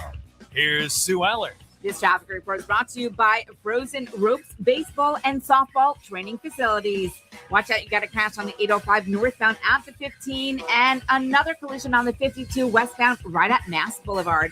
Register for Frozen Ropes Baseball Summer League with 8 games and 8 practices for ages 6 to 12 and receive $100 off your registration fee at SanDiegoFrozenRopes.com. That's SanDiegoFrozenRopes.com. I'm Sue Aller with Ben and Woods, San Diego's #1 sports station, 97.3 The Fan. Joining us now on the SDCCU Fan Hotline, it's not Big Bang Banking, it is Better, the host of the Padres Hot Tub and Chromaniacs podcast, Craig Elsten. And Craig, I was telling Woods, I was so excited waiting all day for SDFC's game on Saturday night. And then, I mean, is it fair to say that might have been the worst game in SDFC's short history of a year and a plus? It's just awful against San Jose. Yeah, I think that is fair. I think it's the worst game in SDFC history, which, sounds so dramatic. It does. Yeah, it's perfect. It's like 40 games or whatever. This is the 40th ranked out of them. And I think you saw a real tipping point come to bear, which is when Chris McVay is out of the lineup at center back. Right now, SDFC doesn't have the depth to cover that. I looked at all 3 of those goals, multiple times, even at halftime of the game. And the young rookie Oswald Su, who stepped into that right center back position, you can point to him on all 3 goals and show where he made a mistake along the way. He was way too passive in his coverage. He let a ball get right past. He just slowed down to let a cross get past him for the 3rd goal. He was up the field complaining on a foul call at midfield, which allowed San Jose to restart right behind his back to send in the 1v1 that led to Dua taking a red card and led to the 2nd goal. So just a really, really disappointing game overall. With no Pellegrino, Morgan stepped in and was a total non-factor. Yeah, not a great first start. I mean, his mistake led to that first goal, a back pass to back pass directly to San Jose. He might as well have been setting them up with a cross on his way back. That was not a great look either for Lewis Morgan there. No doubt. Lewis Morgan struggled badly. They missed Pellegrino. Ingvarsson was actually served a couple of tough chances, but a couple of chances inside the 6, in the first half and didn't convert. And, 3-0 and down a man at halftime. I think literally, as an SDFC fan, your hope was, I hope it finishes 3-0. Yeah. as opposed to 4-0, 5-0, 6-0. So wash it off, I guess. I thought it was interesting that Mikey said that a couple of the veterans need to play better and that some of the rookies or younger players played a somewhat naive game against San Jose. What I would say is that I thought Bruce Arena completely outcoached Mikey in that particular game. Their setup was designed to play against the way SDFC likes to maneuver the ball out of the back with 25 straight passes. And they did it effectively one time in the game, very effectively, that led to a good chance. Other than that, you could see San Jose would wait back. They knew when to jump on the press. They knew when to hold back and wait for one error. And then they would pounce on that one turnover, that one errant pass, and shoot down the field the other way. So a lot to learn for SDFC before taking on the Loons on Saturday. And Vancouver kind of did similar things in the playoffs last year early that gave SDFC problems as well. That's something they need to watch for in the future, like that specific counter SDFC's passing style that has given them problems a couple of times. Yeah, I think it's understandably frustrating at times to watch your team be down and have 6 players from the opposition in the 18, and you're just passing, keeper to right back to the keeper, to the left back to the keeper, and you're never moving more than, 10 or 15 yards away from your goal before you finally get that pass. But that's how SDFC likes to play. They like to build up through the back. They like to do it with keeping the ball on the ground and completing 22 straight passes. And I think a real key, guys, is going to be this year 2 of SDFC MLS, all the tapes out. How do teams counter and come up with counter strategies to SDFC's attack? We saw the most effective one on Saturday. Well, they're going to need to be aggressive against Minnesota, Craig. They give up a lot of goals, Minnesota does, and you can score on that team. And they don't score a lot of goals. So, flush it. I've said it before. This team's built up so much goodwill right now. It doesn't mean you don't want them to go and put up a better performance, but to come away, you flush it, you move on. Kind of like a baseball game. Sometimes you just got to flush it and move on. Wasn't their best effort by any stretch, but be aggressive against Minnesota. You can score on that team. Yeah, and of course, the flip is you're going to get Chris McVeigh back from his red card suspension, but now Mano Dua is out on a red card suspension. So that's another center back role you need to fill. If it's Sue again, at least you've got the veteran there with him, so it's not as young a back line, but it's definitely something that they're going to have to counter going forward. Craig, let's turn our attention to the Padres. Through 9 games now, and 4-5 is not the start you were looking for, but it's also now, when you look at how poorly the offense performed as a whole for the first 9 games, the inconsistent starting pitching that they got, sitting at 4-5 is not really a disaster. No, and scoring yesterday, recovering a 4-0 deficit and winning that game 8-6 is massive to me, because you were, what kind of vibes do you get out of 8 games or 7 games, right? It's nothing that you should really pay too much attention to. But I think it would be fair for a Padres fan to be like, God, I'm getting some 2023 vibes off this team from the first week of play, because they'd fall behind. They're very sluggish. They're not really scoring a bunch of runs. So it just kind of feels like, 3-0, it's over, and yesterday 4-0, you wondered, is it over? Can we even get to 3? They got 3 the next half inning off a guy who's given them problems in Ranger Suarez. So, I came into this year, guys, thinking that the Padres would have potentially a good offense, not an average or below average offense, but a good offense. And to see them come through the way they did on Sunday to win the game is super encouraging.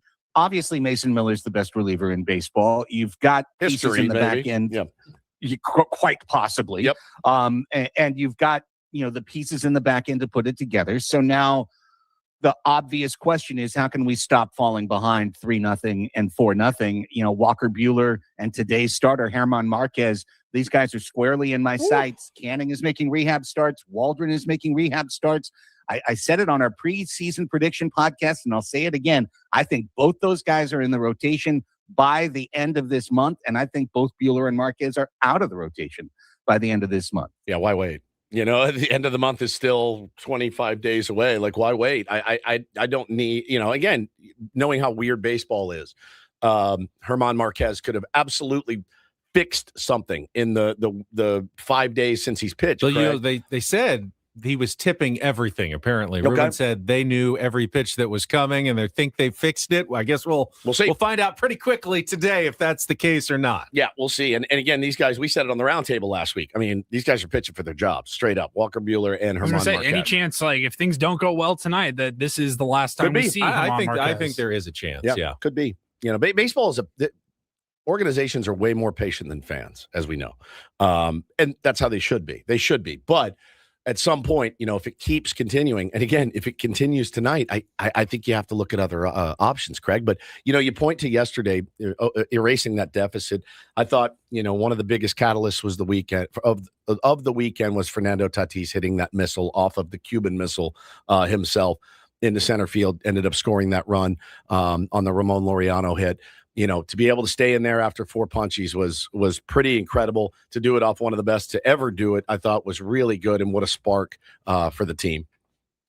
Absolutely, and he had made that incredible running catch in the 6th inning of that game before to kind of show you that even when he is striking out literally every at bat, he's finding a way to contribute to the team. But I agree, and then Tatis had another good game yesterday as well. I mean, it's the most obvious point in the world, right? But we'll just keep saying it. If the top guys hit, we're good. Then Padres are going to be fine. And yesterday they all hit together, and they're going to be fine in that sense.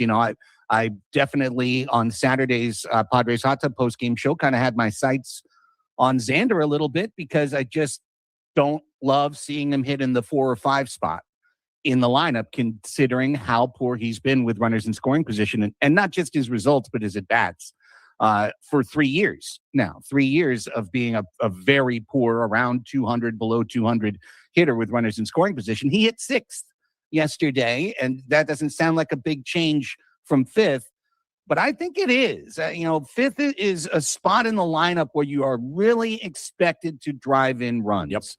With runners in scoring position. 6th is much more of kind of a reset spot in the lineup, a chance to set the tone for the bottom 4 guys. And Xander was his most comfortable and played his best offensively yesterday.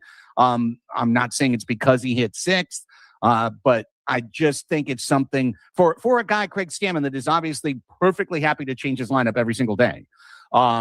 I think it's something that they do have to keep their eye on as they go forward, because you've got enough guys to put in the middle of that lineup.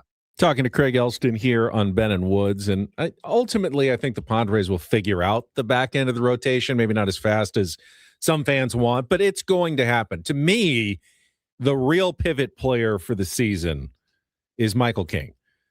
We've seen now 2 starts of Michael King. We've seen some good. We've seen some not so good. They need Michael King to be 2-something ERA Michael King, not 3.5, 4 ERA Michael King. If they want to go anywhere, what are your kind of impressions so far of how close Michael King is to coming back to being the guy that looked like a Cy Young Award contender 2 seasons ago?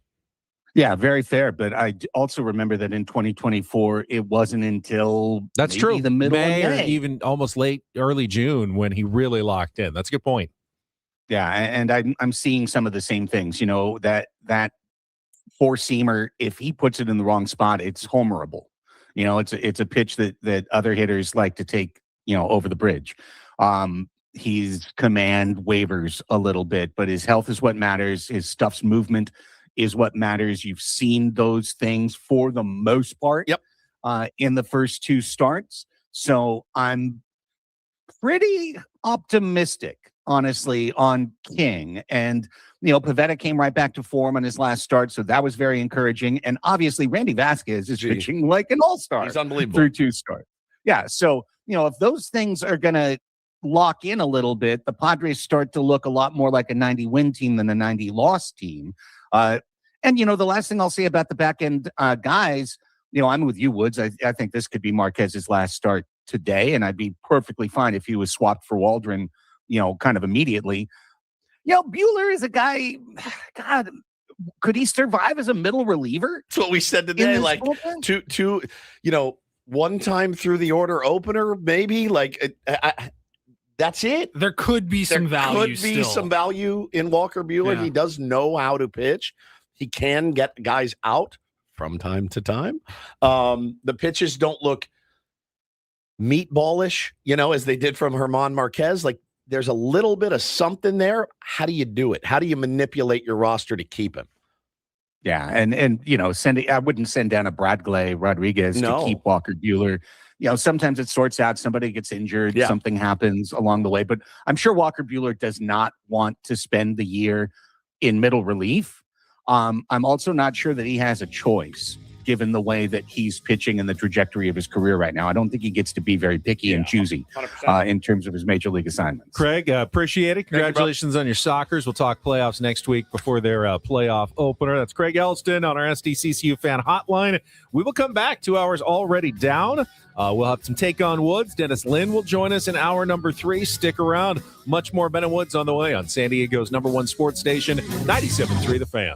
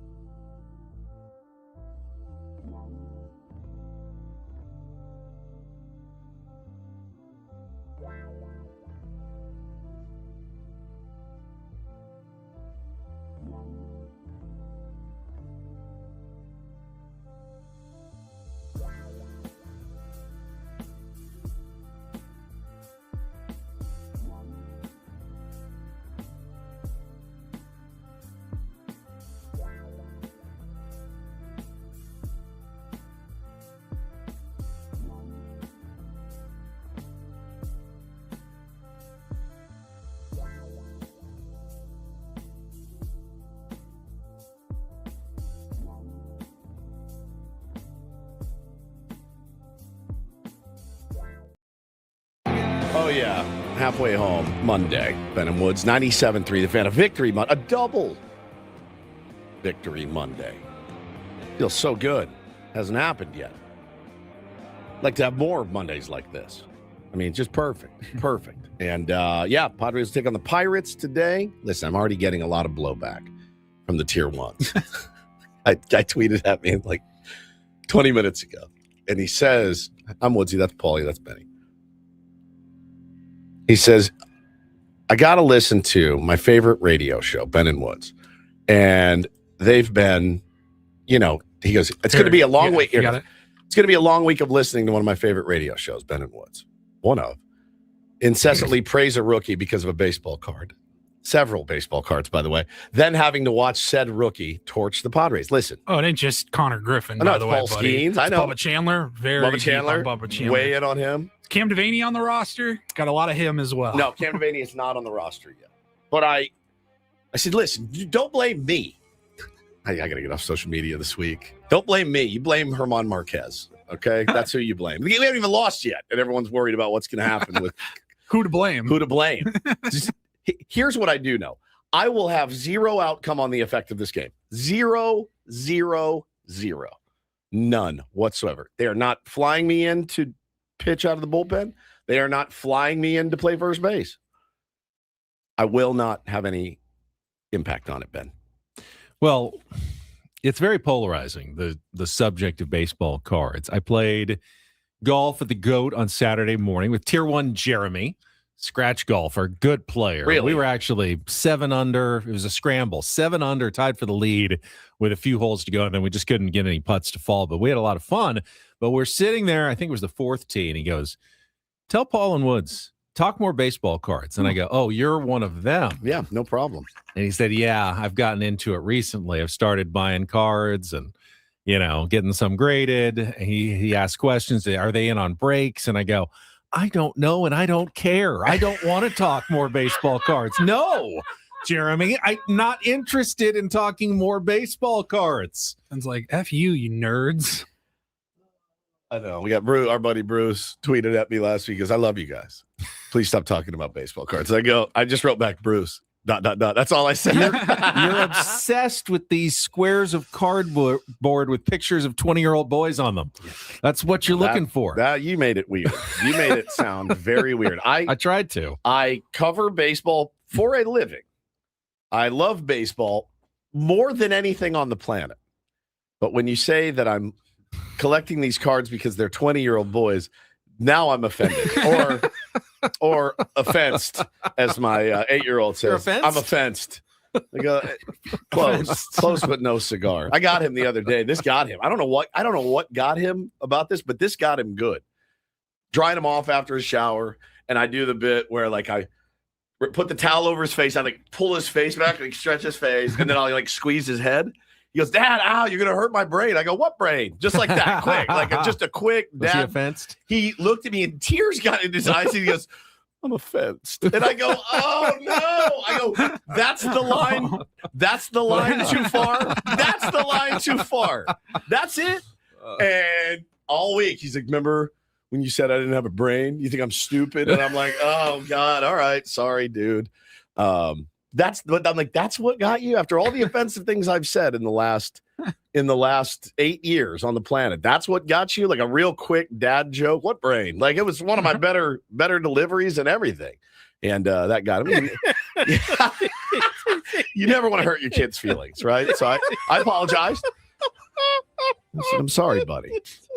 It's so good. Yeah, I look, I know. My wife this weekend said to me, are you going to stay in bed and rub my butt, or are you going to go karting? And I go, she's like, were you planning on karting tonight? I go, yeah, I was, but is it a verb now? That's what she calls it. Karting. And I go, I'm happy to stay here and rub your butt till you go to sleep. I go, why are you still, you're on your phone still. If I'm going to stay in here and rub it, an hour. Yeah. Ago. So if I'm going to do it, I can do it. And then you go to sleep and then it's 2 birds with 1 stone. I get to go karting for a while. It's awful, Betty. Trying to get your wife to sleep faster so I can go play with my cards. You can go play with your baseball. I don't know cards. what it is, man. It's pretty much all I think about. I had some cards last week. Megan was with me. She was like, "Yeah, get a box." Yeah. Like, okay, sounds good. Does she open them with you? She opened one pack. Let her have some fun. Did she see the joy in it? No, she still doesn't quite get it. She's happy that it makes me happy, I guess. Oh, that's nice. But that's nice for you. It's still like, hey, I'm so embarrassed still, and I don't know why. Right. But like, I have to pick and choose like how excited to get about the baseball cards around her. I'm pressing pause a little bit on the acquisition, and now I'm leaning more into the distribution, the getting rid of, so to speak. Yeah. We've gotten a lot of. Megan says he showed me a binder, and I got the ick. Yeah. Yeah. T-Stick says I do it under the guise of buying cards for my kid. That's how I get away with it. Same. Absolute same. Except you don't let them actually touch them. No, I've opened cards. Ben, I've opened. If Megan walked in on me like watching a dirty video or something, Yeah. I would be less embarrassed than if she walks into my office and I have a binder on my lap of baseball cards. 100%. I've gotten caught watching a dirty movie before. I've never gotten caught with my binder yet, but she sees me in that office, dude. Now you guys know what I got, right? I didn't tell you what I got. No, what's new? I got a light box. Oh, you did tell me about I did this. tell you. Yeah, I didn't so you say it on the pictures air. of your cards. I got a light box, Ben, to make the presentation of the cards look more presentable, to make them look beautiful. And so when she walks by and sees me leaning in, didn't she say Hannah bought it for you? She suggested it, which I think is endearing. Yeah, it kind of is. like, hey, if you're gonna do it, at least do it right. Don't be an idiot, right? So I'm leaning in and I'm taking pictures, and I see her walk by, and she just does this and just shakes her head in disgust. I might as well be sitting there shirtless, eating like a cheesesteak. Like that's the same. It's the same thing. Purple said he has the ick now. I know. I'm pressing pause a little bit. I've been acquiring too much. I think that's healthy. I'm How sorry. about we talk some real baseball All right. instead of cards? Let's do that. We haven't gotten to the rest of the league. Got a few minutes before Take on Woods coming up. Broadcasting live from the Bill House Studios. We know how. The Los Angeles Dodgers keep rolling on despite losing Mookie Betts. He's headed to the IL with a strained oblique, but they still rallied from a 6-1 deficit yesterday to complete their sweep of the Washington Nationals after a rain delay with an 8-6 win. My dumbass at Easter clicking on that. I go, oh, look at this. Nice. 6-1. Nats sticking it to him. Roki Sasaki getting hit around the yard again. What a great day. Yet they still win. And then I looked and the car ride home. I go, you got to be. I literally out loud, I was like, you're effing kidding. And Hannah goes, what? I go, freaking Dodgers. They're down 6-1. They won 8-6. I can't even, you can't talk trash about them. They're just, and that's, by the way, losing Mookie Betts on the IL with an oblique. Yeah. So no problem. Next man up. The Diamondbacks bounced back from losing the first 2 games to the Braves to win the last 2, including 6-5 and 10 innings yesterday. Arizona's at 500 at 5-5. I feel like they're the team the Padres need to worry about a little bit more than the Giants or the Rockies. And I know the Giants did take 2 of 3 from the Padres, but they struggled this weekend against the New York Mets. Lost yesterday again 5-2 and dropped 3 out of 4. They just don't seem like they have enough offense overall to last over the course of the season. That I think ultimately Tony Vitello is not going to be able to save whatever they have up in San Francisco. That team is destined to finish in the bottom half of the division. So I mean, it's the Diamondbacks that I keep my eye on. They definitely still have enough to compete for a playoff spot. Yeah, and the kid they called up. You see the kid that they called up, Jose Fernandez? Yeah. My God. 2 homers in his first game last week. He looks fantastic. So, yeah, they're going to be a formidable team as well. I wouldn't write the Giants off yet because they always find a way at some point in the season to get themselves back into it. When you have starting pitching, I mean, it's pretty good. I don't know. You think at some point, Benny, they're going to call up Bryce Eldridge. Maybe he can do some damage for them. Luis Ariz is probably going to hit 300 for them. Can they convert and get him to in? But Willie Adames and Matt Chapman, man, I know we've made some bad deals here. Those may point to be pretty bad, but if those guys can get it going, which we've seen them do in their careers, I'm not writing them off just yet. I'm loving every loss right now, though. They're losing in really spectacular fashion, too. Rockies avoided a sweep against the Phillies. La Costa Canyon's Mickey Moniak hit 2 home runs in the series finale in a 4-1 win. Cubs and Guardians split a doubleheader yesterday. Did you see the first game? The two teams combined for 3 hits in the first game of the doubleheader. It's excruciating. And the Cubs pulled out the 1-0 win. Second game, Guardians rallied for the 6-5 win. Mention the Angels and do this. They took 2 of 3 from the Mariners, including the amazing 3 home run robbing game by Joe Adell. And then they went and won again yesterday in 11 innings. A's and Astros played a wild one yesterday. A's won 12-10 in 10 innings. Brent Rooker, 3-run walk-off home run after driving in 6 in the game. It's a good day. They needed to get their offense going after a slow start, and a little bit better this weekend against the Astros. Yep, there you go. Pitchers duel between the Reds and Rangers. Chase Burns, Jack Leiter. Cincinnati, though, ended up completing a sweep of Skip Schumacher's Rangers with a 2-1 win. A slower start for the Blue Jays. They got swept by the Chicago White Sox. Yes. Including a 6-hit shutout yesterday, 3-0. The Blue Jays, like the Padres, like the Mariners, all off to 4 and 5 starts this year. Teams that are expected to be better than that, but didn't have the greatest first week and a half of the season. Rays beat the Twins 4-1. Old friend Nick Martinez allowed just 1 run and 1 hit in 6 innings. Brewers over the Royals 8-5. Milwaukee taking 2 of 3. The Marlins salvaged the series finale against the Red Hot Yankees. Interesting strategy from the Marlins. So Pete Fairbanks, his wife was going to have a baby, and they didn't know how long he could stay. So instead of holding on to him to close the game, if they needed him, they just decided to pitch him in the first inning and then let him leave. Love it. And it worked out. They ended up winning the game 7-6. And for the first time all season, Max Fried actually allowed runs, 3 of them, as the Marlins did take 1 game in that series. Cardinals beat the Tigers 5-3. The Tigers, another good team, off to a 4-5 start. And the Pirates beat the Orioles 8-2. We talked a little bit about it since the Padres are going to be facing the Pirates. 5 straight wins. This is the kind of thing that, a young team gets off to a hot start. It can really fuel like a pretty good season if they keep it going. And so far with the pitching that they have, and if Ryan O'Hearn and Connor Griffin can both give them some offense here that adds to their lineup, maybe those people who were predicting that the Pirates could threaten for a wild card spot might not be wrong about the Pittsburgh Pirates this year. Yeah, I was one of them. It's a long season, guys. There's nine games in. But if you look at what they're rolling out there, they're getting massive contributions from O'Hearn and Brandon Lau. What a pickup he was in the offseason. He's been incredible.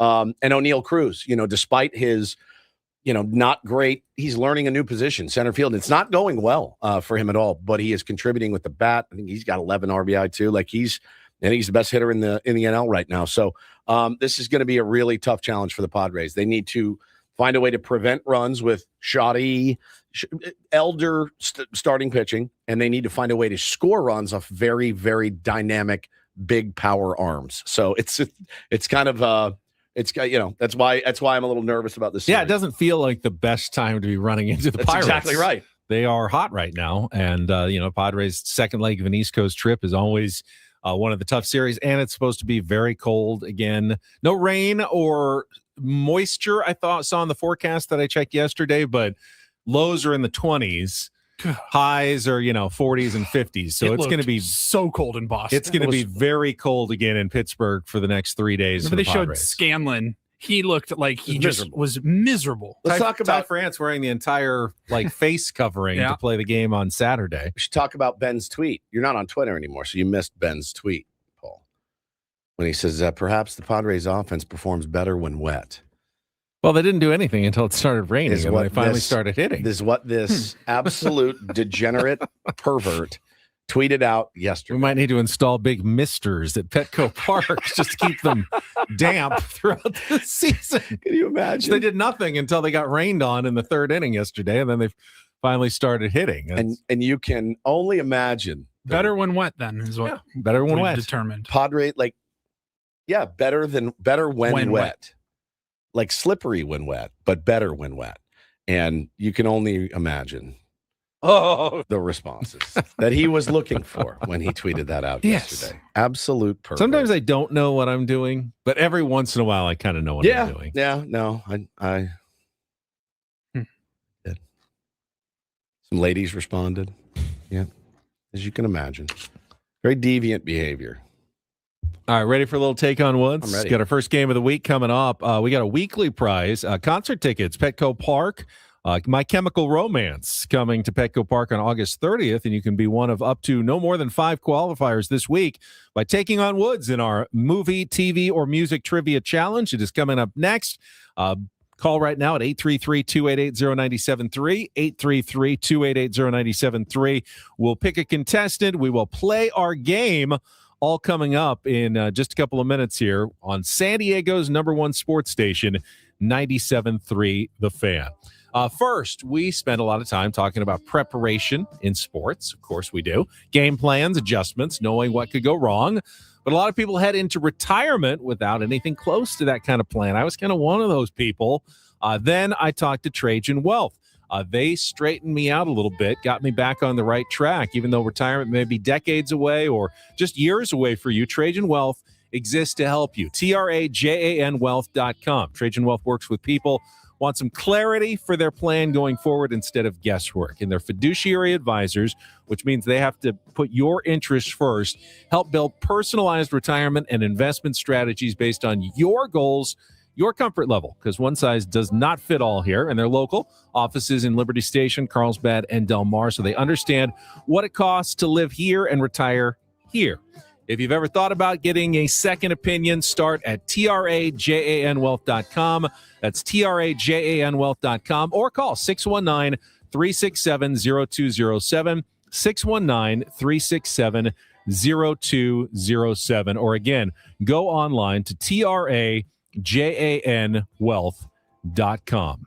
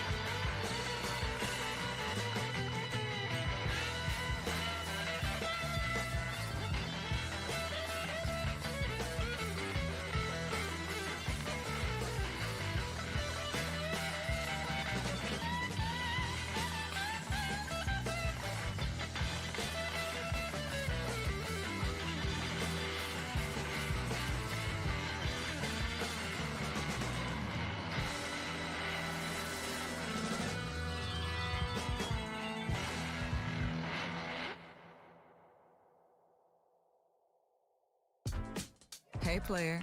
This is all yours. This room with this view. This speakeasy with this cocktail. Hey, could you make that too? The spa with this. Ah. And this pool on this roof. This is all for you. The all-new Hamul Casino Resort, now open.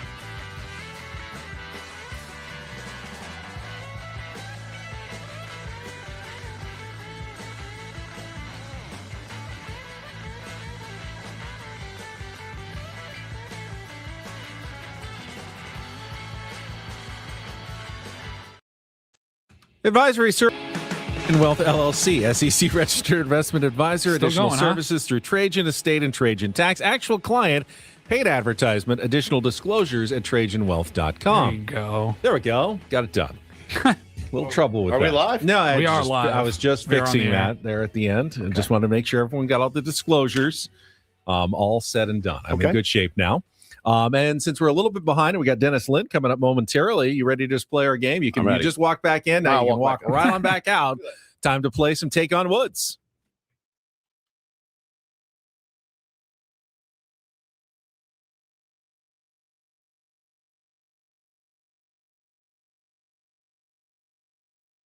Take on Woods brought to you by Bay Alarm, security and fire alarms for every business. We got you. And Paulie says he believes we have Johnny. Are you there? Hello. Hello, Johnny. All right, let's play some Take on Woods. We got a new prize this week only. Our grand prize drawing will be for a pair of tickets to My Chemical Romance at Petco Park on August 30th. Tickets are available at Ticketmaster.com, but to qualify, you just need to beat or tie Woods in our 5-question trivia challenge. We got movies, TV, or music. Here are the categories, Johnny. Movies, Mr. E category, 5 movie titles that include Mr. in the name. TV, Sunshine State, 5 TV series set in Florida.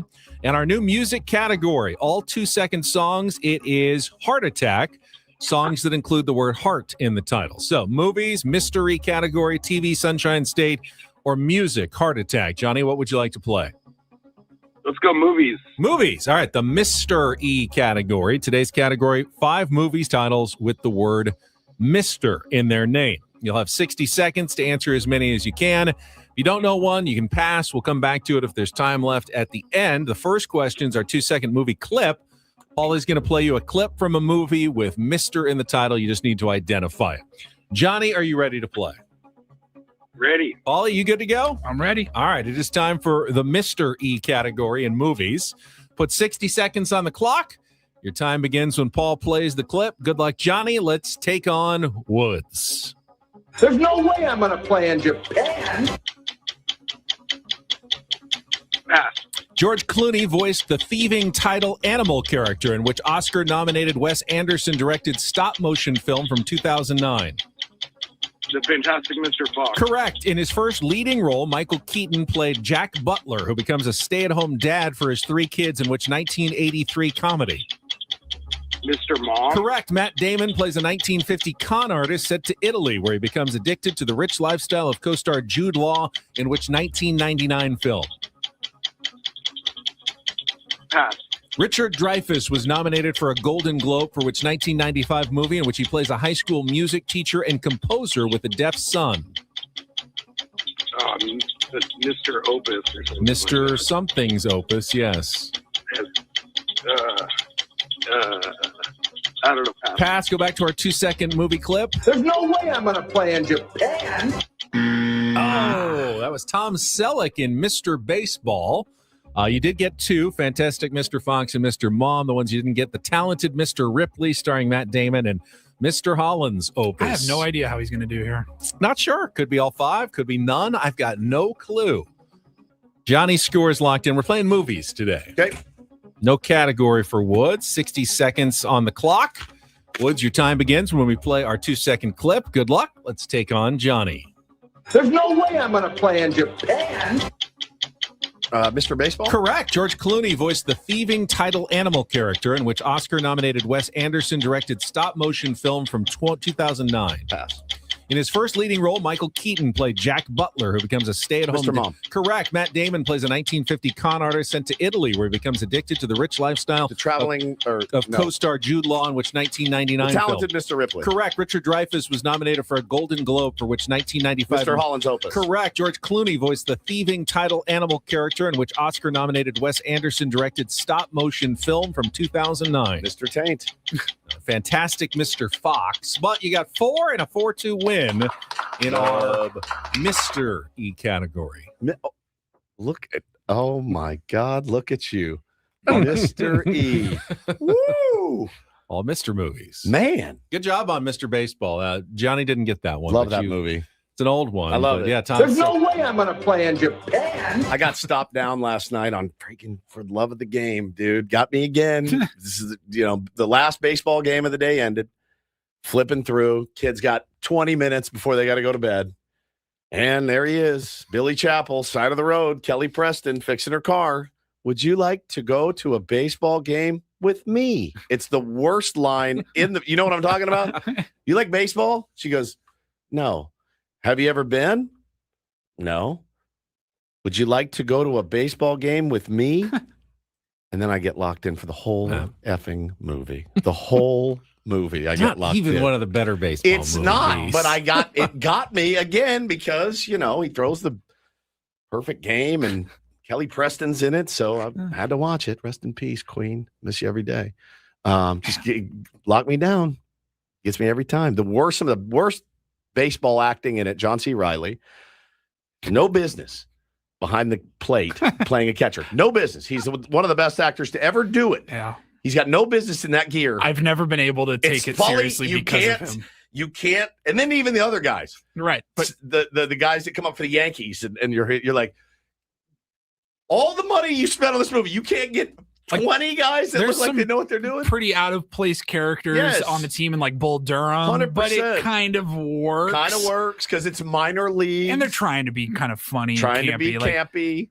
Not the game. They're trying to be serious, and it's just when he's like out there at the pitcher on the mound for the meetings. We're going to be awesome for you right now. It kills me. Quickly, best swing in a baseball movie by an actor, and I don't think it's even close. Serrano? It's Pedro Serrano. Yeah, Dennis Haysbert. Yeah. Well, looks like an actual power hitter in the movie Major League. Costner looks fine. He looks fine. He's an athletic looks like guy. an old pitcher. And he looked like a great catcher. I will say this, his left-handed swing in Bull Durham, as good as anything I've seen. Yeah. He rips that one down the line. He looks fantastic.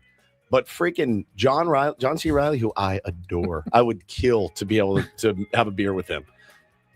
as Gus, the catcher, it's excruciating. It's an excruciating watch. It makes you get like shivery. All right, let's come back. Dennis Lynn, our Lynn signer, see if he's got any insight on what the Padres are going to do if German Marquez does not work out tonight as a starting pitcher in his second time through the rotation. We have given up on this guy. He's pitched one start. That is it. I mean, that is over. We'll find out. We'll talk to Dennis when we come back with Ben and Woods on San Diego's #1 sports station, 97.3 The Fan.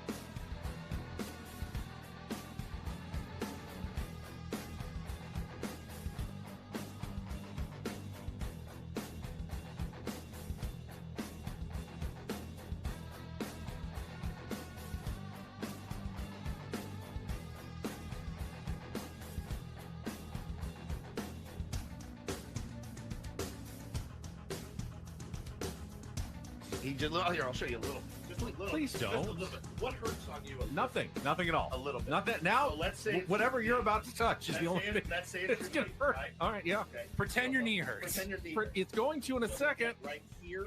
Oh, that is not pleasant. Hey, player, this is all yours. This room with this view. This speakeasy with this cocktail. Hey, could you make that too? The spa with this. Ah. And and this pool on this roof. This is all for you. The all-new Hamul Casino Resort, now open.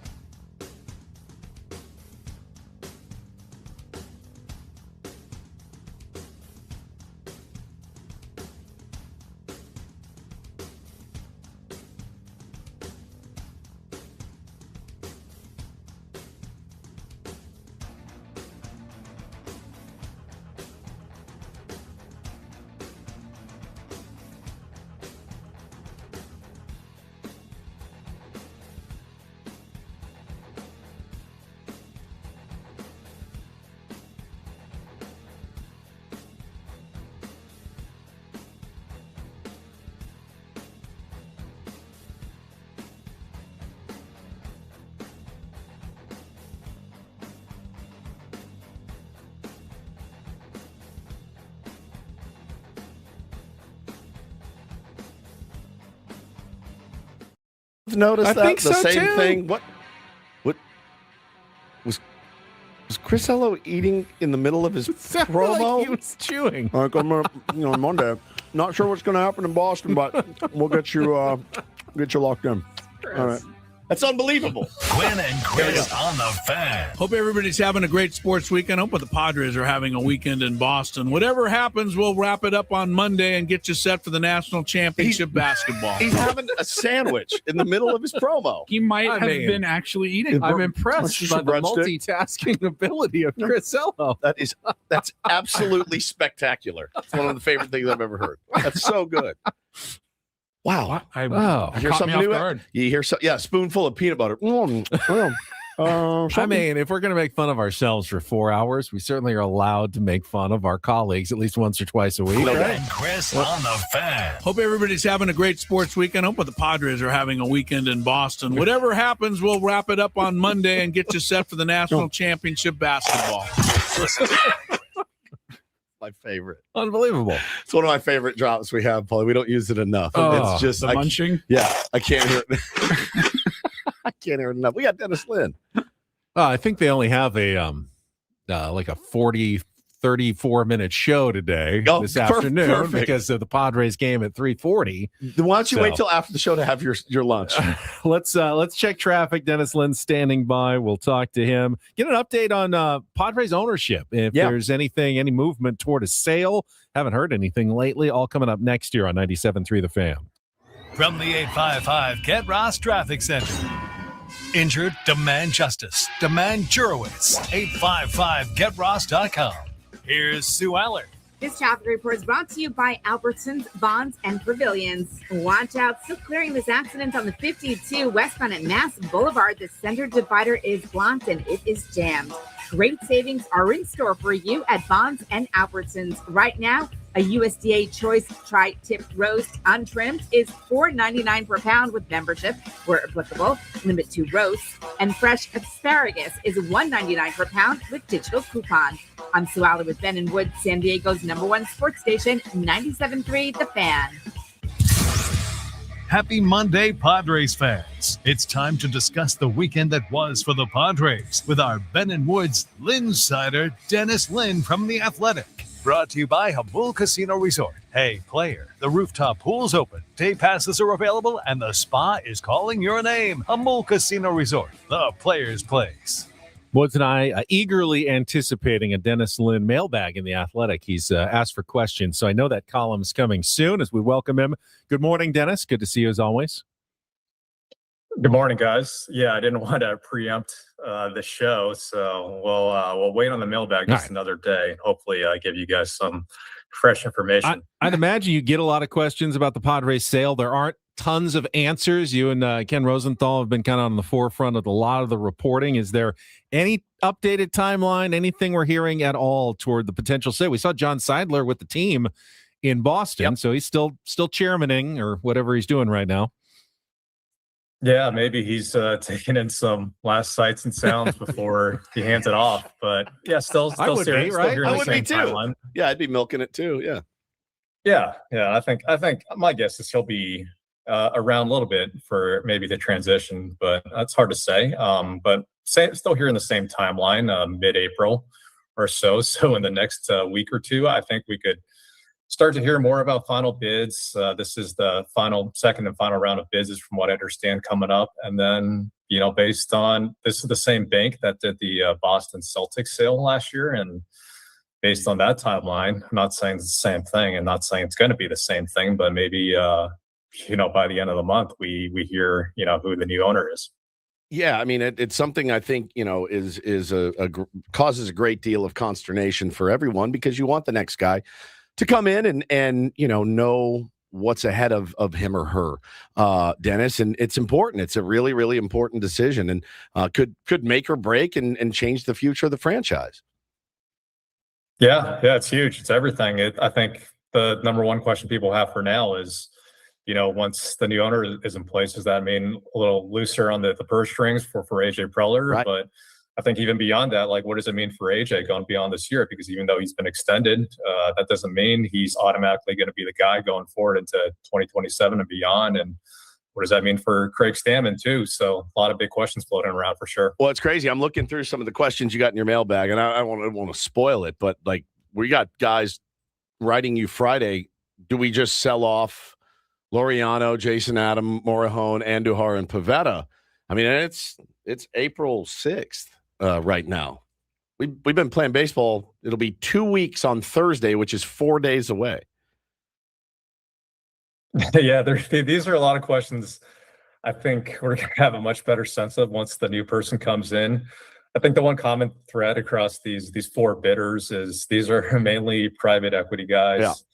I guess even Joe Lacob going back for his Warriors days, but he's been the guy who's most consistently gone after an MLB team, at least that we know of. I think there is the concern, are these guys just asset collectors who are just going to not really care too much about the product? And as long as the franchise value keeps going up, which it has been exponentially, it seems like that's the main thing. But I think, Judge John Seidler has said he's looking for someone with, some ties to San Diego or the sport or winning or trying to do things the way Peter did. I don't think anyone can replicate exactly what Peter, at least the ethos and the spirit that he was going after in San Diego. But I think when you have some very wealthy, competitive people, you would hope that the end goal is to be competitive and to make money while you're at it, and winning probably helps the bottom line. So yeah, that's the hope. Big time. Dennis, you did write about Craig Stammen last week. I mean, it looks a lot smarter after winning 2 games in a row, compared to just where he was a couple of days ago. At the same time, in that piece, Stammen's quoted, he says, the biggest thing, just be yourself. I think that's always really good advice, but there's also been a couple of times where I felt perhaps Craig Stammen is almost too self-deprecating. When you are leading an organization of 26 players, a bunch of coaches, an entire staff in Major League, sometimes you can't just be yourself the whole time. I mean, how do you think he's settling in now a week and a half into the gig? Yeah, that's an interesting point. A really interesting way to look at it. There's a lot of obviously testosterone in the Major League clubhouse, and he knows these guys as well as anybody because he played with several of them. He played with several of the biggest guys on the team. So behind the scenes, who knows exactly what's going on? But I do agree that maybe if he wants to be a little more, less self-deprecating about some of the things that he's learning or screwed up on, or been open about. Maybe that wouldn't hurt, but at the same time, I think we can appreciate a guy who's going to be candid and upfront about what he's going through and this experience. So I think it's led to some interesting moments in the media. He's not quite Tony Vitello level, but he's kept it interesting. I think the one thing I appreciate, I think fans and who knows about the players for now, I think they're still open to feeling him out and how he's doing things, but he's really open to trying different things, moving around the lineup. It's been a total departure from Mike Schill. Not saying one's better than the other, but I think he's known reputationally to be a guy who's very open to analytics, to trying new things and reading the numbers, but there's also a human element, right? So it's an interesting balance that he's navigating right now, and I think so far he's been open and honest, which we in the media definitely appreciate. Yeah, we do, and I in the media definitely, as a fan too, appreciate the willingness to be pliable and to be malleable and to be to do things a little differently. I mean, you can explain most of the moves. Now, I think there's a couple, Dennis, where you look at, you're like, you probably should have left him in, or you should have taken him out. Super easy, as we know, with the Wayback Machine, the time travel capabilities that we as fans always are privy to. Those are always the easy ones. I'm looking at the lineup every day going, all right, yeah, I mean, kind of makes sense. I'd like to see Jackson Merrill and Ramon Laureano in there every day, but I also don't know what's going on behind the scenes. Is there a knee? Is there a groin? Is there a something, going on? So I like how he's mixed it up so far and played a little matchups and sometimes doesn't play the matchup. So it's been different. Like Jackson Merrill, unless he's dealing with some kind of unknown bruise that they're not disclosing to the media, he should be in there pretty much every day. Yep. I mean, if he has however many home runs, Ramon Laureano has however many home runs, and the rest of the team, besides Manny, doesn't have any, I think it's pretty simple math. But just credit to Craig, I guess, for trying some new things. They did win that game without Jackson in the lineup. So hopefully that doesn't become a thing going forward. But I agree. Yeah, there should be certain guys who are kind of just, set it and forget it. Dennis, the return of Jason Adam probably this week. Like, how does it shuffle in your mind what the Padres are doing bullpen-wise? Yeah, that's a great question.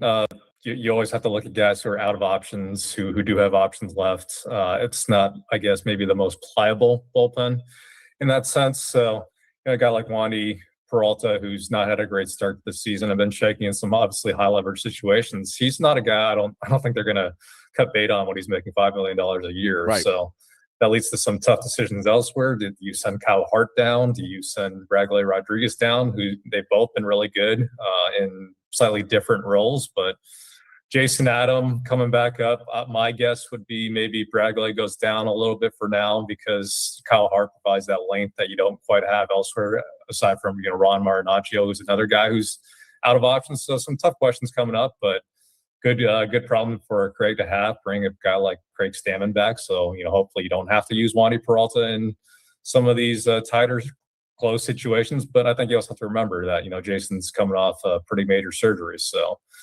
He's going to have to, his workload's going to have to be monitored. So it's again, like I said, I think a good problem for Craig Stammen to have, but unfortunately it's going to come at the expense of, someone else who's probably pitched pretty well. One last one for me, Dennis. I know neither catcher has done a ton offensively, but has Luis Camposano done enough in terms of what he's done behind the plate, couple of hits this series against Boston to stabilize the backup catching position for the Padres going forward? For now, I would say he's definitely shown more than we've seen in the past, especially on the defensive side. I know that's probably harder to notice, more subtle, but talking to people who watch this game for a living, talking to scouts, he looks way more engaged back there than maybe ever. Maybe he needs to be a little more engaged to the pitch clock when he's batting. That was But tough look. that's secondary to what he's doing now. But he's been definitely improved defensively, and that's the main thing they look for. And now, you can't afford to have your catchers, hitting a buck whatever the entire season if the rest of your lineup's not going to produce. But again, I come back to the fact that, their number one job, the catcher's job, him and Freddie Fermin, is to kind of usher this pitching staff through. And that's a tough job right now for the back rotation. But if they can get guys like, Randy Vasquez, Strandy to keep going like he has, that reflects well, not only on the pitcher, but also on the catcher. So I think so far, it's been a much improved version of Luis Camposano we're seeing behind the plate, and the Padres will take that for now. Dennis, really appreciate it. Padres back home on Thursday, and we will talk to you again next Monday. Thanks, guys. Thanks, Our Insider Dennis Lynn, brought to you by Hamul Casino. I don't know. That might be the strategy going forward against Mason Miller. Just walk up, but never engage, and just take your strikeout that way. Yeah. And then walk back and go, hey, I didn't miss a single pitch. Nope. I just never actually engaged in time to face Mason Miller. It's the guy in the big leagues that I'd want to face less than any other big leaguer maybe ever, because now it's 3 pitches and it's a 96-mile-an-hour changeup. It's staggering. It's staggering. I mean, he only threw a couple of balls in the entire inning yesterday. One of them was like 102 in on Wilson Contreras' hands, and I'm going like, never mind. I know I'm not going to get a hit. Why even risk myself at all standing there against him? There's the old head Seth McClung, who used to pitch in the big leagues, was tweeting this weekend. He posted some video of the old Cleveland Indians lineup, and like 6 guys are over 300. And I said, I love that era. I do. I love that era. I love it. I Googled average velocity of that era. It was 88 to 89 miles an hour. Average. So there's guys that could hump it up, 94. Yeah. And then there's guys that were below. The flamethrowers were at 93, 94. Now I- that's Walker Buehler without an arm is Correct. 93. And I said, I love that era of baseball. Those old Indian teams were fantastically awesome to watch. 80% of the league is on juice. The average is 88 to 89. That's a different ball game we were watching back then. It's a different ball game altogether. And Mason Miller coming out throwing 96-mile-an-hour changeups. I wonder why hitting has gone down. It's so much harder to hit now. Again, thanks to Dennis. I'll guess Bennett Woods appear on our SDCCU fan hotline. It's not big bank banking. It is better. We got some Reindl Report headlines, including national championship game tonight in college basketball. That and more coming up next on San Diego's #1 sports station, 97.3 The Fan.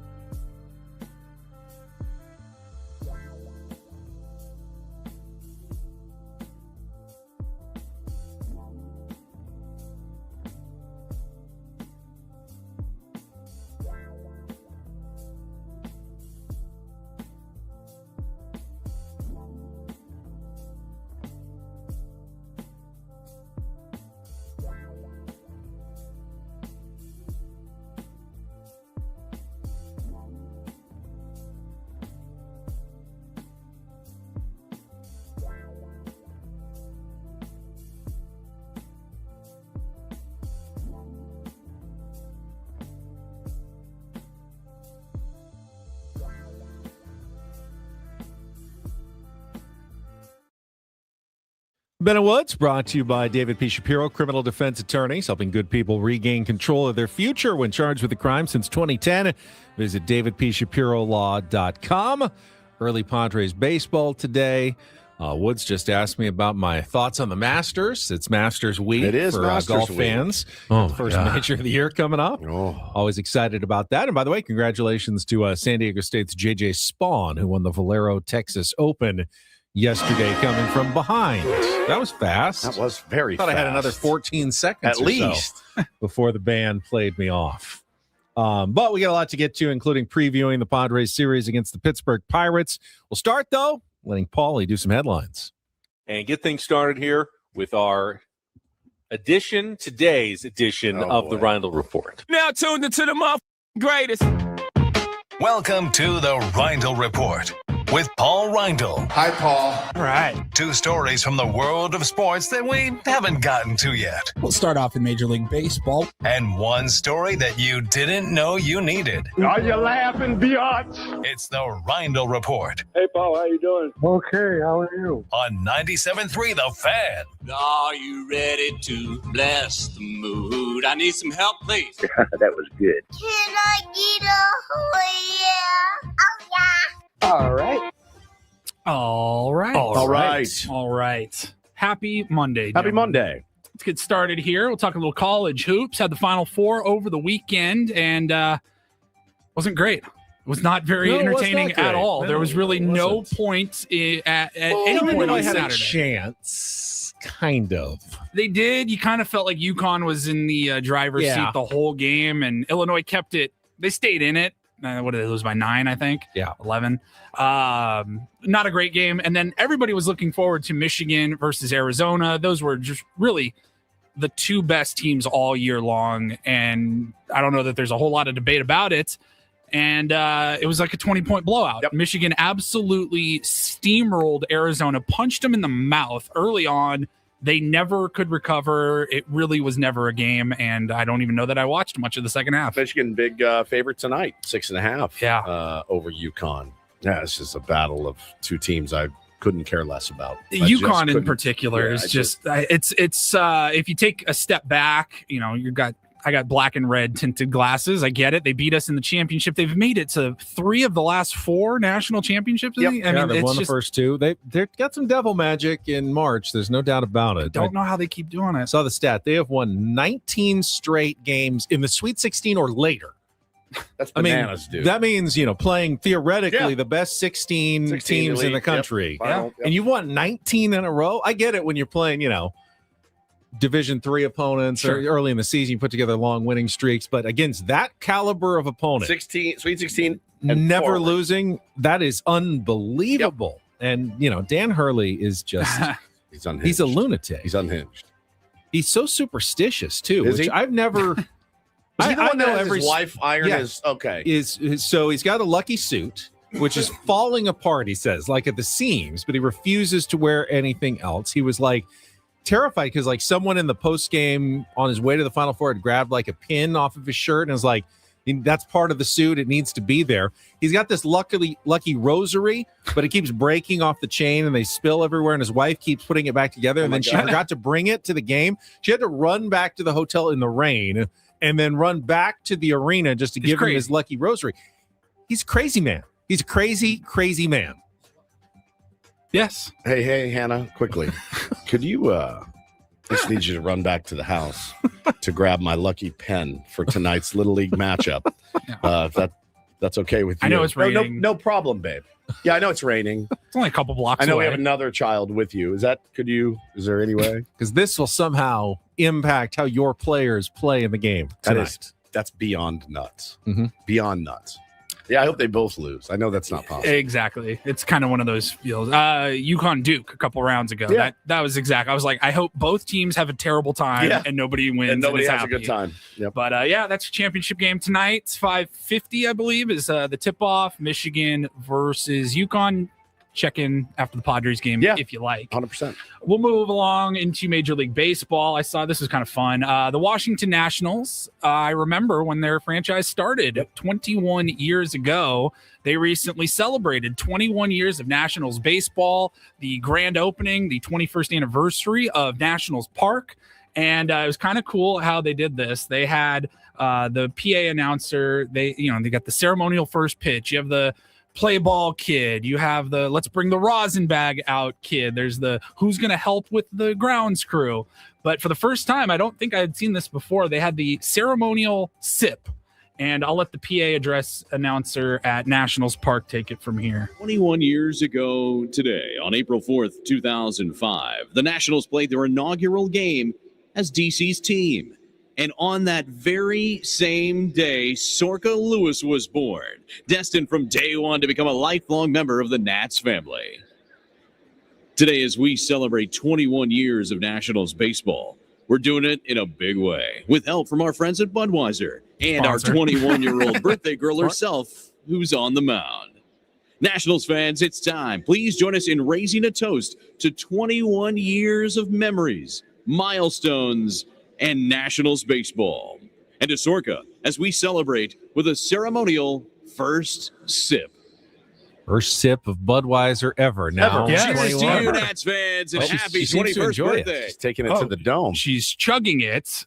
She continues to chug it. She finishes the whole damn beer. Look at her. Which was awesome. First time. Showed pictures of her growing up throughout her life as a Nationals fan. So, 21 years ago, she was born the same day Nationals baseball became a thing. And they had her out to for the ceremonial first sip. I mean, it's the ceremonial first chug. That's what it was. Yeah. She crushed it. Yeah, first sip, my ass. I always love a good bit. The inanimate object turns 21 and now it's old enough to drink thing. Yeah. It's been around for a while. It has. That's a good idea, though, for a ball game, though. That's fun. They were able to get a sponsor read in. Yep. Budweiser, There was definitely very an happy. some sort of an ad exec with the Nationals who goes, this is a little quirky, but I've sold it to Budweiser, so we need to do a ceremonial first sip on opening day. Adam's gonna be like, hey, can you guys do a ceremonial first sip of Eco Water every morning? Fine by me. Do it happily. I do it anyway. Eco Water, simply the best. All right. And then finally, we will wrap it up. The internet is a little bit split on this story. As reported, I'll tell you what happened here. We're going to a Chick-fil-A has apparently fired an entire crew, like 8, 9, 10, however many staff people were working one night. They all got fired. And the reason is after closing, customers all leave. They got to clean and reset the store for the next morning. And while they were doing that, they decided, hey, let's do one of the TikTok trends. And they made a TikTok video behind the scenes of all the employees in their uniforms dancing. The dance itself is interesting. It's whatever the trend is. It says my CFA, my Chick-fil-A crew better than yours. And it's all of the employees just kind of doing a little bit of a chest bounce. Like a shaking their. And the female employees, they're not really leaving much up to the imagination there. But it's not like there's a couple of men in the video as well. He's twerking. So they filmed this video. You can see the chairs, everything's are put up. This had no impact.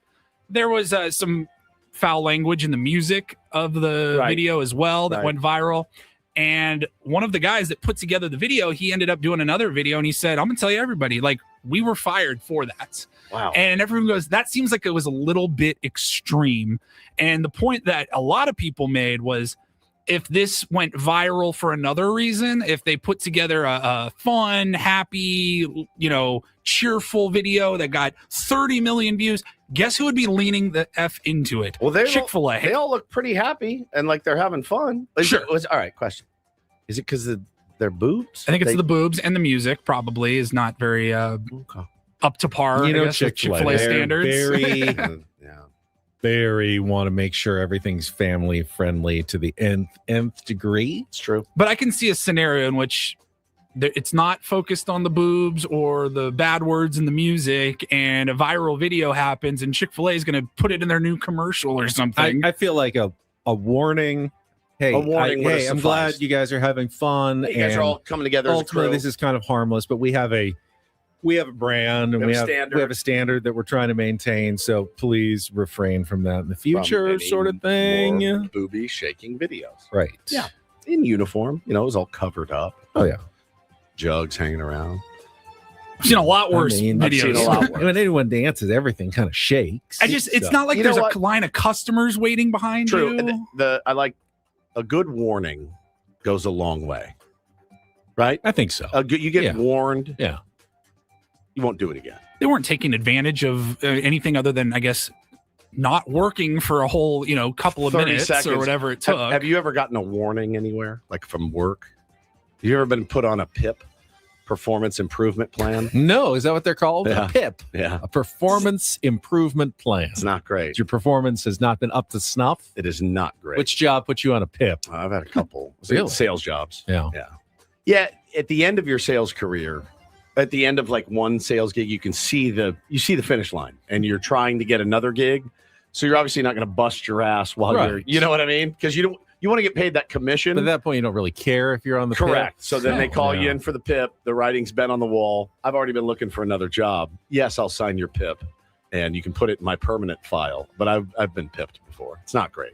Does Adam want to pip you sometimes? Good luck. My performance never wavers. So good luck. Try it.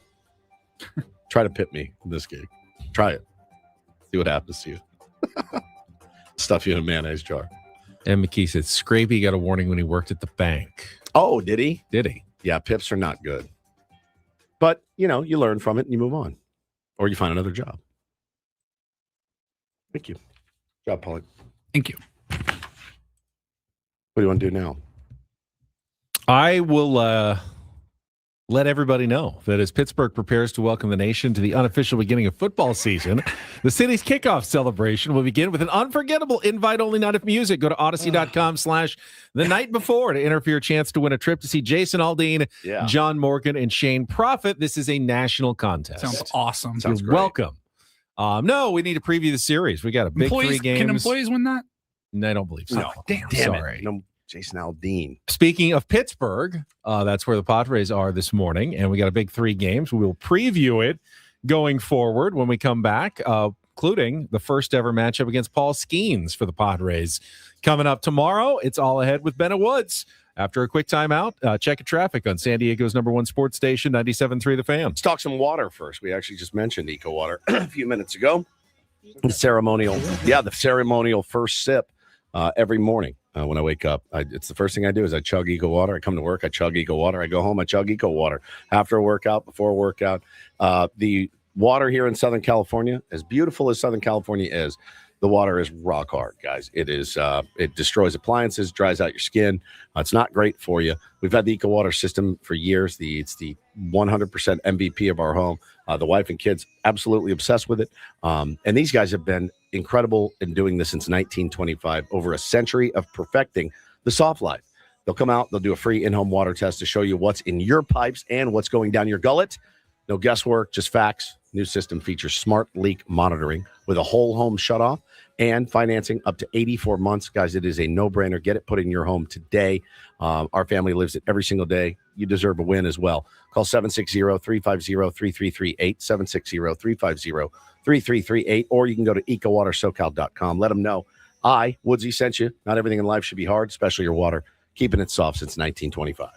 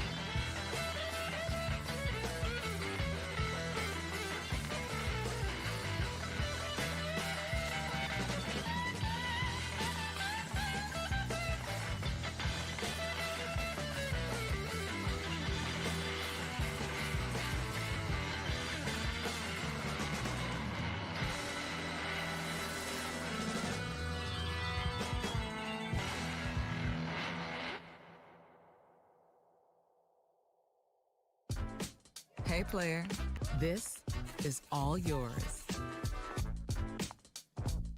This room with this view. This speakeasy with this cocktail. Hey, could you make that too? The spa with this. Ah. And this pool on this roof. This is all for you. The all-new Hamul Casino Resort, now open.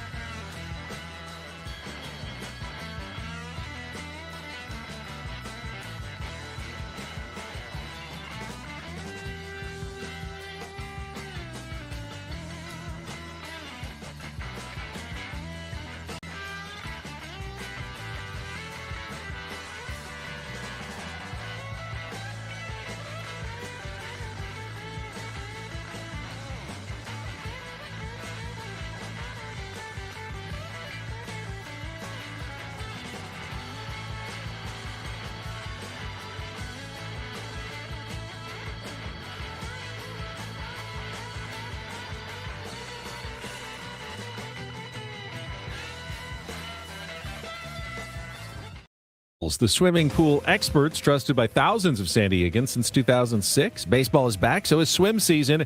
Make sure your pool is ready. Call now, mention radio for a free month of pool service. Shout out to one of the kindest, nicest tier ones that lives. His name is Anthony Burris. It's Anthony the Butcher. He's our very own carving guy. Big fan. Huge fan. Came into our Christmas show and set up a carving station. Remember that? I do. And he is just the best. Have you tried the lasagna? It's my favorite. He's the best human being on the planet and one of my favorite people I've gotten to meet through this show. And happy birthday to you, my friend. Happy birthday, buddy. Happy for everything that's going on in your life. We'll leave it at that, under the radar, but very happy for you, man. Yeah, happy birthday. Keep rolling. To the Butcher. I got this email, like I generally get these weird promotional emails. This one's from bookies.com. Okay.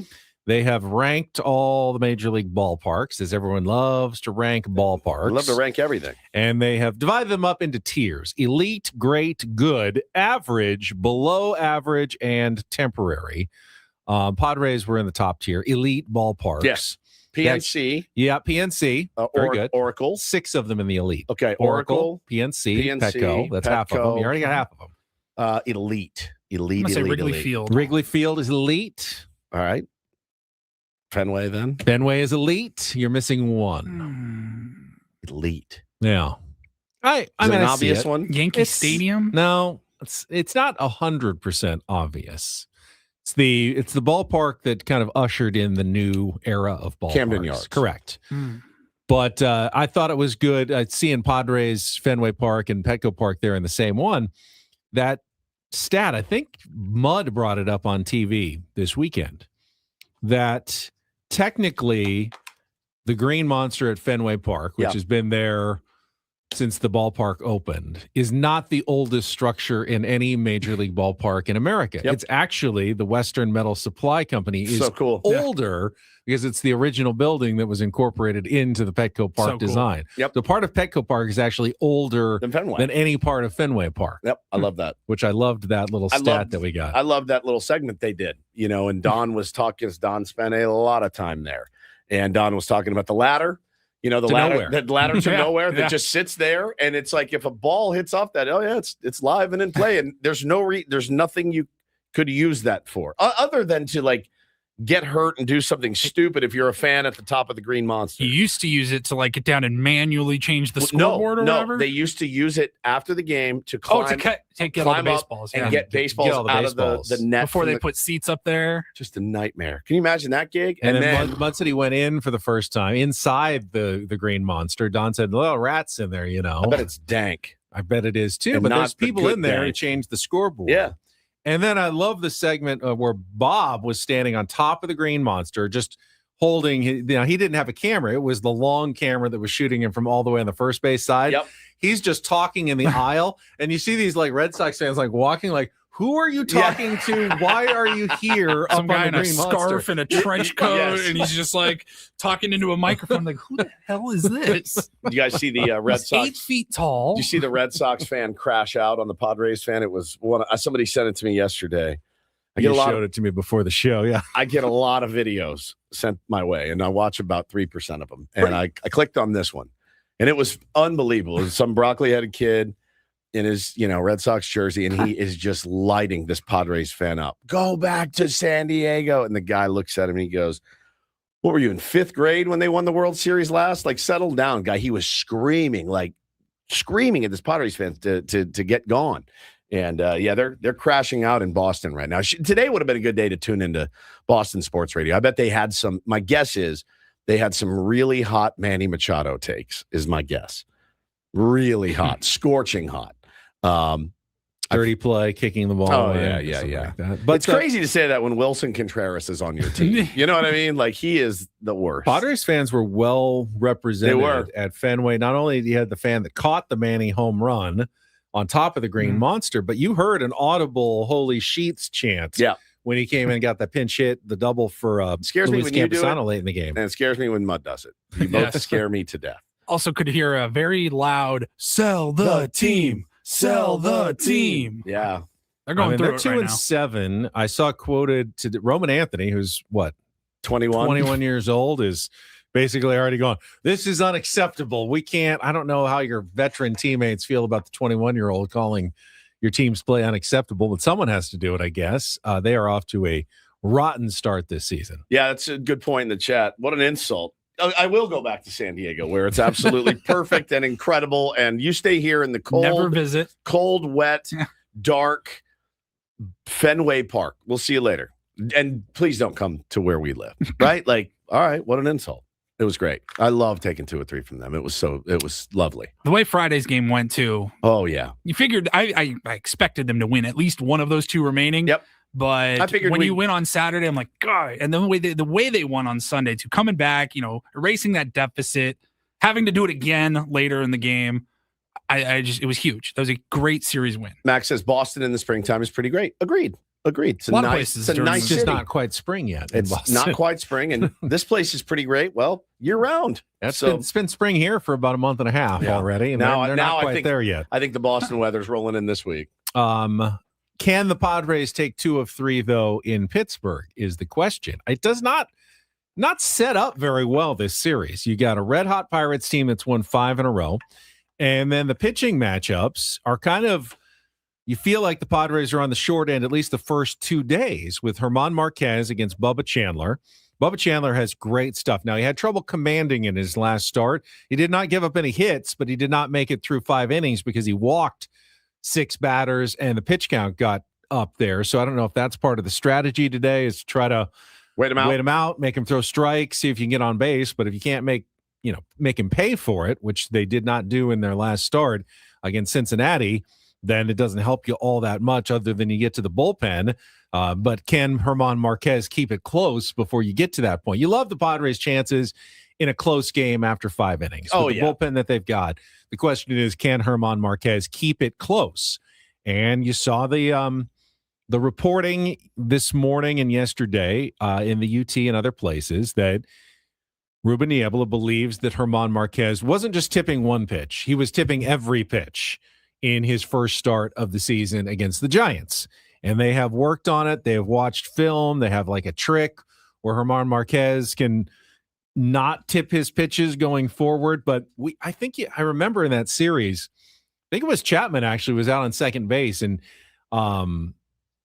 Jung-Hoo Lee, I think, was up, and Chapman was like holding his arm straight out to the left, on which was one of the knuckle curves. Which they'll do. They will do. You do on the lead from second. You know, you get your spacing and all that, but who knows? I mean, you could be in his head. It could be, but it's the one thing that, I mean, if they knew pretty much every pitch that was coming, no one's going to look very good. No.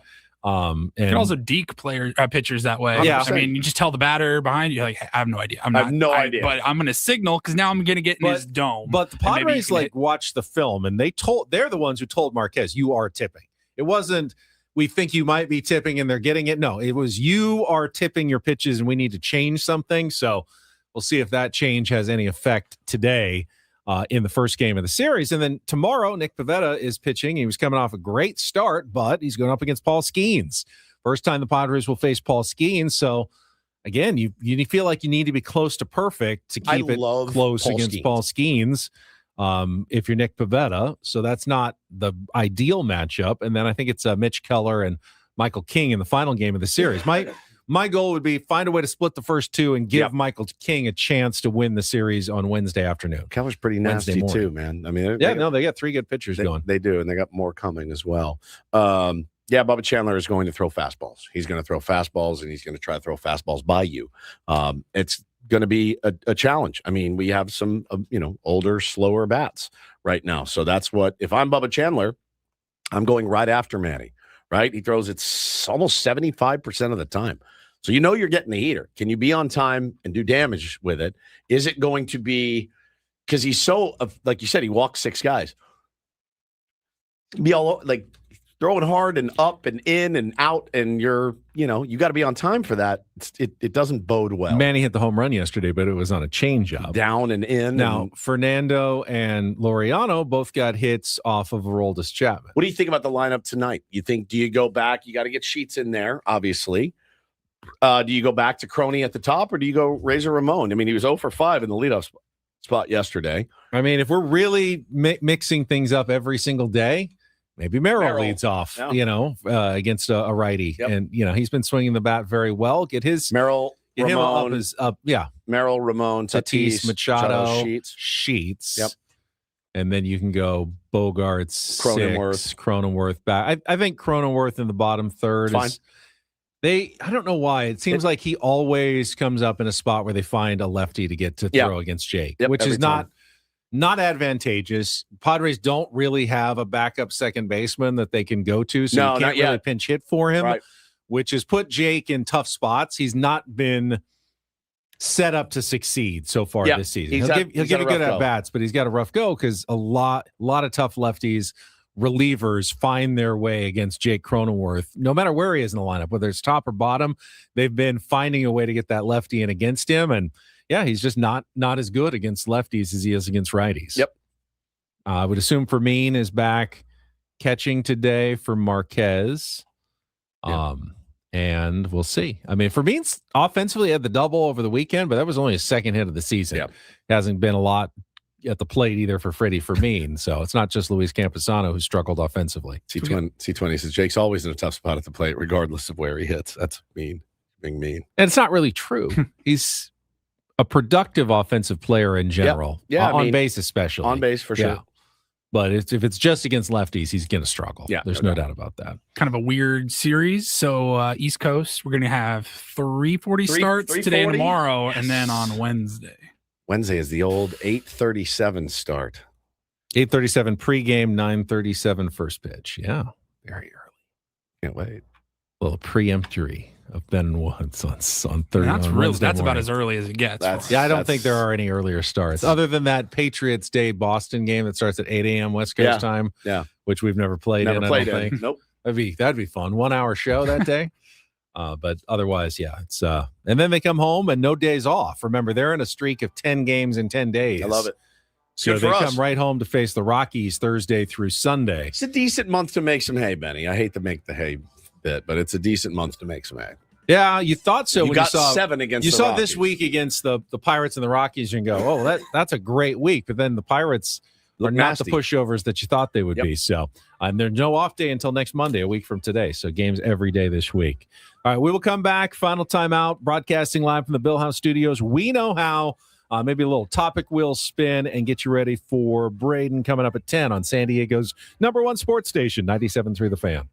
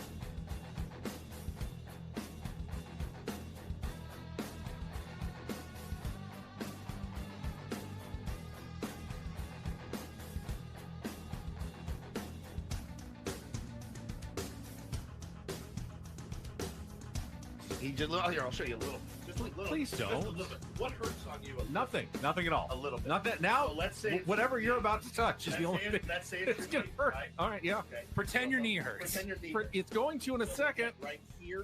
Oh, oh, that is not pleasant. Hey, player, this is all yours. This room with this view. This speakeasy with this cocktail. Hey, could you make that too? The spa with this. Ah. And this pool on this roof. This is all for you.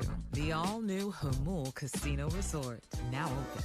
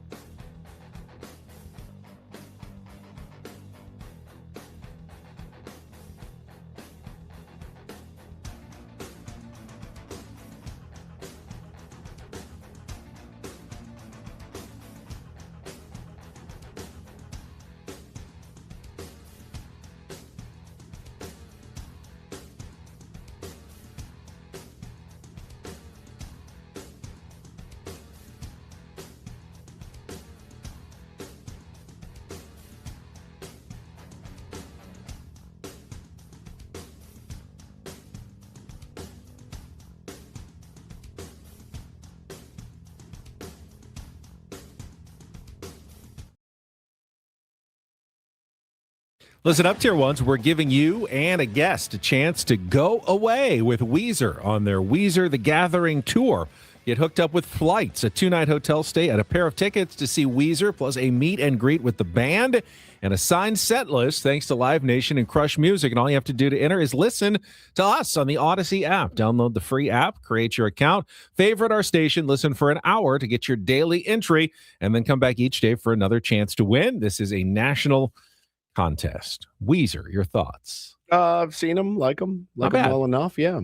Like 3 or 4 records from Weezer. Always. I like that they've kind of just been Weezer. Yeah, they know Weezer. what they are. Yeah, they just do their own thing. They'll do the state fair tour or whatever they do. But they've always been solid. Yeah, I saw them. Good performance. I saw them many years ago after the very first album, and I was not in my right state of mind, and it was a bit trippy to say the least, and so much fun. One of the nights I remember from my What are some of their biggest songs? I mean, Say It Ain't So. Island in the Sun. Ooh, I look just like Buddy Holly. Oh, and you're married Tyler Moore. I mean, that first record and Pinkerton, those are good records, man. Beverly Hills. Beverly Hills. You know that one? Oh, yeah. Absolutely. I'm surprised you don't like them more. I think I do. I just didn't necessarily Didn't know know that all you the liked songs. them. Apparently, I am a Weezer fan. Yeah. Outstanding. Yeah. Didn't mention it. AJ Cassavell writing about it this morning, though. This is a homecoming series for Mason Miller. Yes, Pittsburgh. He was a Pirates fan growing up. Yep. Went to games at PNC Park. So you guys can get mad at him if they lose. Took his now wife on a date to a Pirates game and got to pitch there in high school once. He said it was a dream come true. And this is his first time, I believe, coming back as a professional. So cool. To get to pitch against the hopefully Pittsburgh Pirates, give him an opportunity to get in there. My guess is he's not available today after pitching 2 straight the last 2 days. Maybe he is because he's so dang efficient and just faced 3 batters each time. But I don't know that you can count on Mason Miller to be there for a save opportunity. Ultimately, the Padres are going to have to win some games. Yes, without Mason Miller, they're going to 4 or 5 run leads in the 9th inning, and not a 1 or 2 run lead to protect every single time. Yeah, because again, you ran into that yesterday. Adrian was 29 pitches on Saturday, and I'm again 99% sure that's why you go to Wandy there instead of Adrian Morejon, Ben. He's probably down, so he'll be back today, ready to go. I would imagine, Estrada's thrown 23 pitches in the last 2 days. I mean, not too bad. Yeah. Miller's thrown 23 David pitches. Morgan's definitely should be available. Yep, Marinaccio. Why isn't David Morgan even on this bullpen usage chart? I forgot he existed. Wandy, I would say, is down. I think you leave Wandy down unless it's a 6 or 7 run game. Then you can use Wandy. It's perfect. I'm sure ease him back in. Craig Stan would love to not have to use Mason Miller in a winning effort today. Correct. And have him available for what hopefully will be a low-scoring, close game tomorrow against Paul Skeens. So where is David Morgan? That's so strange. He's not in there. He's not on the. Did he pitch at all this weekend? Didn't he pitch on Friday in the first game of the series? I want to say that he pitched in the first game. Not on this. He's not on this bullpen usage chart, Benjamin. And then Marinaccio's ready. He's good. Jason Adam could be back Wednesday or maybe Thursday. So an interesting take on that. So let's say that tonight does not go well for German Marquez. Could you cut him, DFA him, whatever? And then Adam takes his spot until the next go around, and then you can make your decision then? You could, although because there's no off days, the next go around for Marquez would be Saturday. So you wouldn't have a ton of time before you had to call someone up and make that decision anyway. But you could buy a couple days, which you do see them do over the course of the season. Send a starter down, go with a 9-man bullpen and a 4-man rotation until that next spot pops up. So it could happen, but let's think positively about German Marquez tonight, that maybe he's going to have a decent start. Torture us for another couple weeks in the starting rotation going forward. Ben, that's mean. It is mean. He's trying his best, Ben. You got me. All I know is that over the last decade, if German Marquez pitches in a game, the Padres are probably losing it. Such a good point. It's really a brilliant point that you make. Yeah. If you see German Marquez in a Padres game, the Padres lose. Yes. It's a good point. Going up against him or with having him with you. You had me earlier. He did. And he's like, hey, this is like sports is so stupid. He was tipping. That's why. Not because he's ineffective. He's tipping. And, past. So easy when you know what pitch is coming. He's tipping. Oh, and so in my mind, I go, oh, okay. All right. So now, if he struggles tonight, we go, well, he was working on something. Paulie, give him another trip through the rotation. The car's rattling a little bit. The alignment. Oh, it's let me get my alignment fit. Look at that.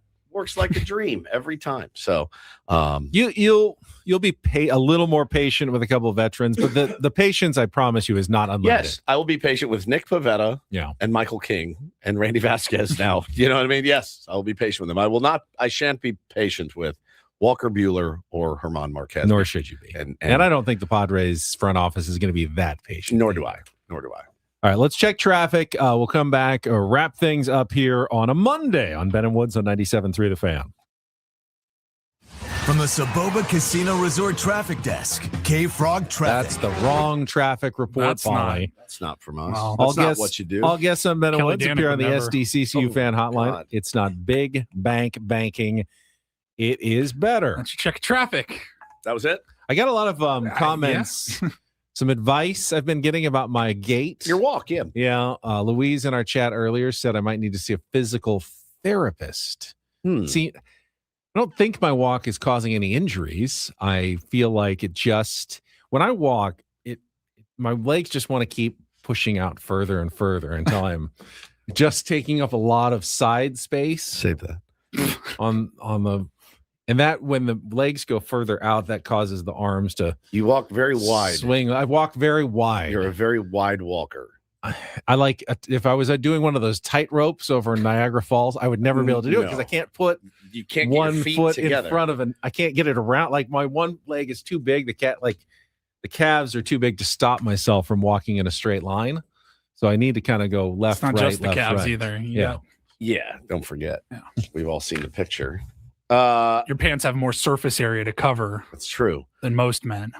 Because again, though, after a while, you can see you start to lean. The lean comes in, and when the lean forward goes, and then the legs get wide, the hands go very very wide. Yeah, I need to keep my head up, my shoulders back. But then I also feel very stiff when I do that. Yes. And we're trying to get more Save that. relaxed. And when I stand and throw my shoulders back, that feels very stiff as well. I've watched the video a dozen times. I love it. I'm so glad that you put it out there. But anytime, listen, and I gave you the pass on this one because anytime, if it doesn't matter who it is, if Marty Scorsese tells De Niro, hey, walk down this hallway and I'm going to film you just walking. We just got to get this shot. I think De Niro would have a hard time with it. I do. I think Al Pacino would. I think Ethan Hawke. I think any of the, You start thinking, you're like, how do I walk? How do I naturally walk? I have a very flat bottom as well. Have you noticed that? I've not. I mean, you can see like there's no. So I have a lot of calf, but then it kind of narrows as it goes up. Yeah. Yeah. Listen, I'm just kind of weird, proportionally a little weird. No, I mean, you're solid. Guys would kill for your legs. I know. Kill. Like murder, maim. I got kill. that this weekend playing golf. What do you do on leg day? What do you Nothing. He's never Nothing done at all. leg Never day. done leg day. in my Never life. once has he done I don't even train mine anymore because it's such a waste of time. Oh, calf raises, cool. What's that gonna do? Make this tiny little bubble a little bit firmer, just a little. I can't add any meat to it. It's not going anywhere.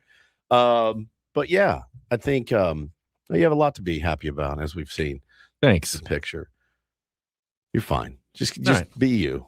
It's a little It's a little Sasquatchy, but I've become a little more self-conscious about it lately. well, as you should, but it's fine. But the last thing I want to do is think about walking while I'm walking 100%. because Just that want to be able to walk. spins me out. Yeah. But once I don't think about it and I start, as you said, leaning forward. Then the ski jump comes in. Ski jump man comes in and he starts gravity's pulling you down. I just worry about when you get older. Is it your hips are tight a little bit? Oh yeah, I've got tight. Can you do like a squat, like a deep squat? Not really. Can you like How far down can you go? I'll just fall backwards. Yeah. Really? Yeah, pretty much. Have you ever done like that stretch where you're like, was it like the praying mantis where you kind of use your elbows to push your leg, your knees, the inside of your knees out, get a good stretch? You got to do some of those. Be better for you. I think you're tight. I feel like your hammy is gonna. I feel like if you had to run down a hill after a golf ball, I do this one where I like hold on to something. Okay, you but can't if I hang didn't, on. I would fall. That's cheating. I would That's just fall over cheating. backwards. I mean, I can do. Look, Well, there's no. hey guys, watch me do push-ups. It doesn't do any good if you just fall over backwards. Against the There's no wall. exercise or stretching unless you actually can stay upright. But you got to get your hips mobile. You got to, and that's why I gave you that gun. You got to grind. No, in I there. do. I've been working on the Theragun on the side and the hips. Got to and- grind in there. Yeah. You're fine. You're fine. But we can get you a little bit more mobile. You really do squats where you hold on to the wall. I'm Are you whatever the- 100 years? That's what they do Yeah. for like old people. I in know. the pool. I do. Well, I do some old people exercises. Yeah, Ben's just like doing water aerobics. Because of my With his back and little hips. Foam dumbbells. I'm in there. whatever the opposite of Shakira is. You're unbelievable. All right, spin it, Paulie. Okay, let's do that. I didn't know that. Somebody said you carry a lot of stress in your hips. I didn't know I'm not that stressed. What is a small inconvenience that will ruin your entire mood? Children. Children. That's not a small inconvenience. That's a lifestyle change. I mean, Paulie, my whole life is small inconveniences ruining people that use coupons at the I store. was gonna say probably Sorry. grocery store. Grocery store. Related incidents. Everywhere I go. I hate when I have to, what is it called? Two-factor authentication over and over again. God. And they have to send me the push alert where then I say, Do we yes, not it every is time me. you check the box that says Log- remember this Remember device this Yes, but or it whatever, never and it never remembers does. the device, and I always have to send myself the push alert. Like, bro, do you think I have a new laptop every time Yeah. I log into work? Every Like, single time I say remember this device, yet it never remembers Yeah. it, and I always have to find my phone. That's and a then good one. Look at the thing, and it's like, yes, it was me logging in from Riverside, California, even though I know I'm not in Riverside, but my phone says I am all the time. That's a minor inconvenience. All I'm doing is picking up my phone for a second and looking at it, and it bothers me every single time I have to do it. Yeah, having to. Yeah, basically anywhere there's a line. You're right, Steve. Anywhere there's a line. I had one this morning. So I was in the drive-through line to get my just 99-cent coffee at McDonald's. And they have one of those two lanes where you pick one or the other, and I picked the shorter one, but they kept going to the other one, like 1, 2, 3, and not taking my order, and people were passing me in the drive-through lane, and it was just driving me crazy because you should never be passed in a drive-through lane. Once you're in the drive-through lane. So nobody was coming on the loudspeaker? No one was coming on my loudspeaker. They were just going with the other one. Ben's just losing his mind. And there was like one going past me and another one going past me. I'm going, I was here before these people. I should not ever be passed in the drive-through lane. I'm a very efficient order. I'm not sitting around looking at the menu going, what am I going to have? I get the same thing. I ordered online. It's already ready to go, but someone needs to take my number so they'll actually make it. So I was just waiting for them to come on, and then one car goes by me, and second car, and a third car goes by me. At that point, I just pulled forward going, I don't care if you haven't taken my order yet. I'm driving up and not letting anyone else go behind me. Do you know who I am? Didn't say that. They should. I'm there, every morning, 3 or 4 times a week at Ben least. Higgins. Purple says, I've never heard Ben this angry before. Yeah, I mean, he walked in. It was like 5:30. I was like, oh, we just walk in at 5:30 now, or And he's like, I was in line. Minutes. It usually takes 45 seconds. Took me 15 minutes to get my iced coffee this morning. Just make your coffee at home, like everybody. Well, then else it'll does. take 15 minutes to do that. I've got a way that I can do it in 45 seconds. Takes on you the way to 15 work. minutes to make some coffee? What kind of coffee are you making? Drip. You start it and then like go put your shoes on or something and come back and it's ready? I'm surprised your cheap ass doesn't make coffee at home anyway. The coffee that I make is more expensive than the coffee I fair. buy. Is that really 99 cents every single day on It's the app? $1 a day, though. It's $5 a week. Right. And if I buy a big thing of beans, it's more than $1 Just a day. get a Keurig. Keurigs are expensive too, and the pods are expensive. I really think I'm saving money with my coffee selection All rather right. than spending money. That's fine. Yeah, you could have driven to 7 Mile and back in that time, as Carlos says. Could have. Yeah, Could have. 7 miles and back. Thank you, boys. Good show today. All right, that is it for the Monday edition of Ben and Woods. Brandon and Frank are standing by. They will take you almost to Sammy's pregame show. Remember, early game today, 3:40 first pitch, 2:40 pregame show, PNC Park in Pittsburgh. It'll be Herman Marquez against Bubba Chandler of the Pittsburgh Pirates, and we'll see what lineup Craig Stammen puts out for game 1 of the series as the Padres go for their 3rd win in a row. We will be back tomorrow morning at 6 a.m. to talk about it all. We'll have Jesse Agler with his 2nd Incorporator of the year as well. You don't want to miss a minute of it. For executive producer Paul Reindl and Stephen Woods, I'm Ben Higgins. Have a great rest of your Monday from all of us here at San Diego's #1 sports station, 97.3 The Fan. So long, everybody.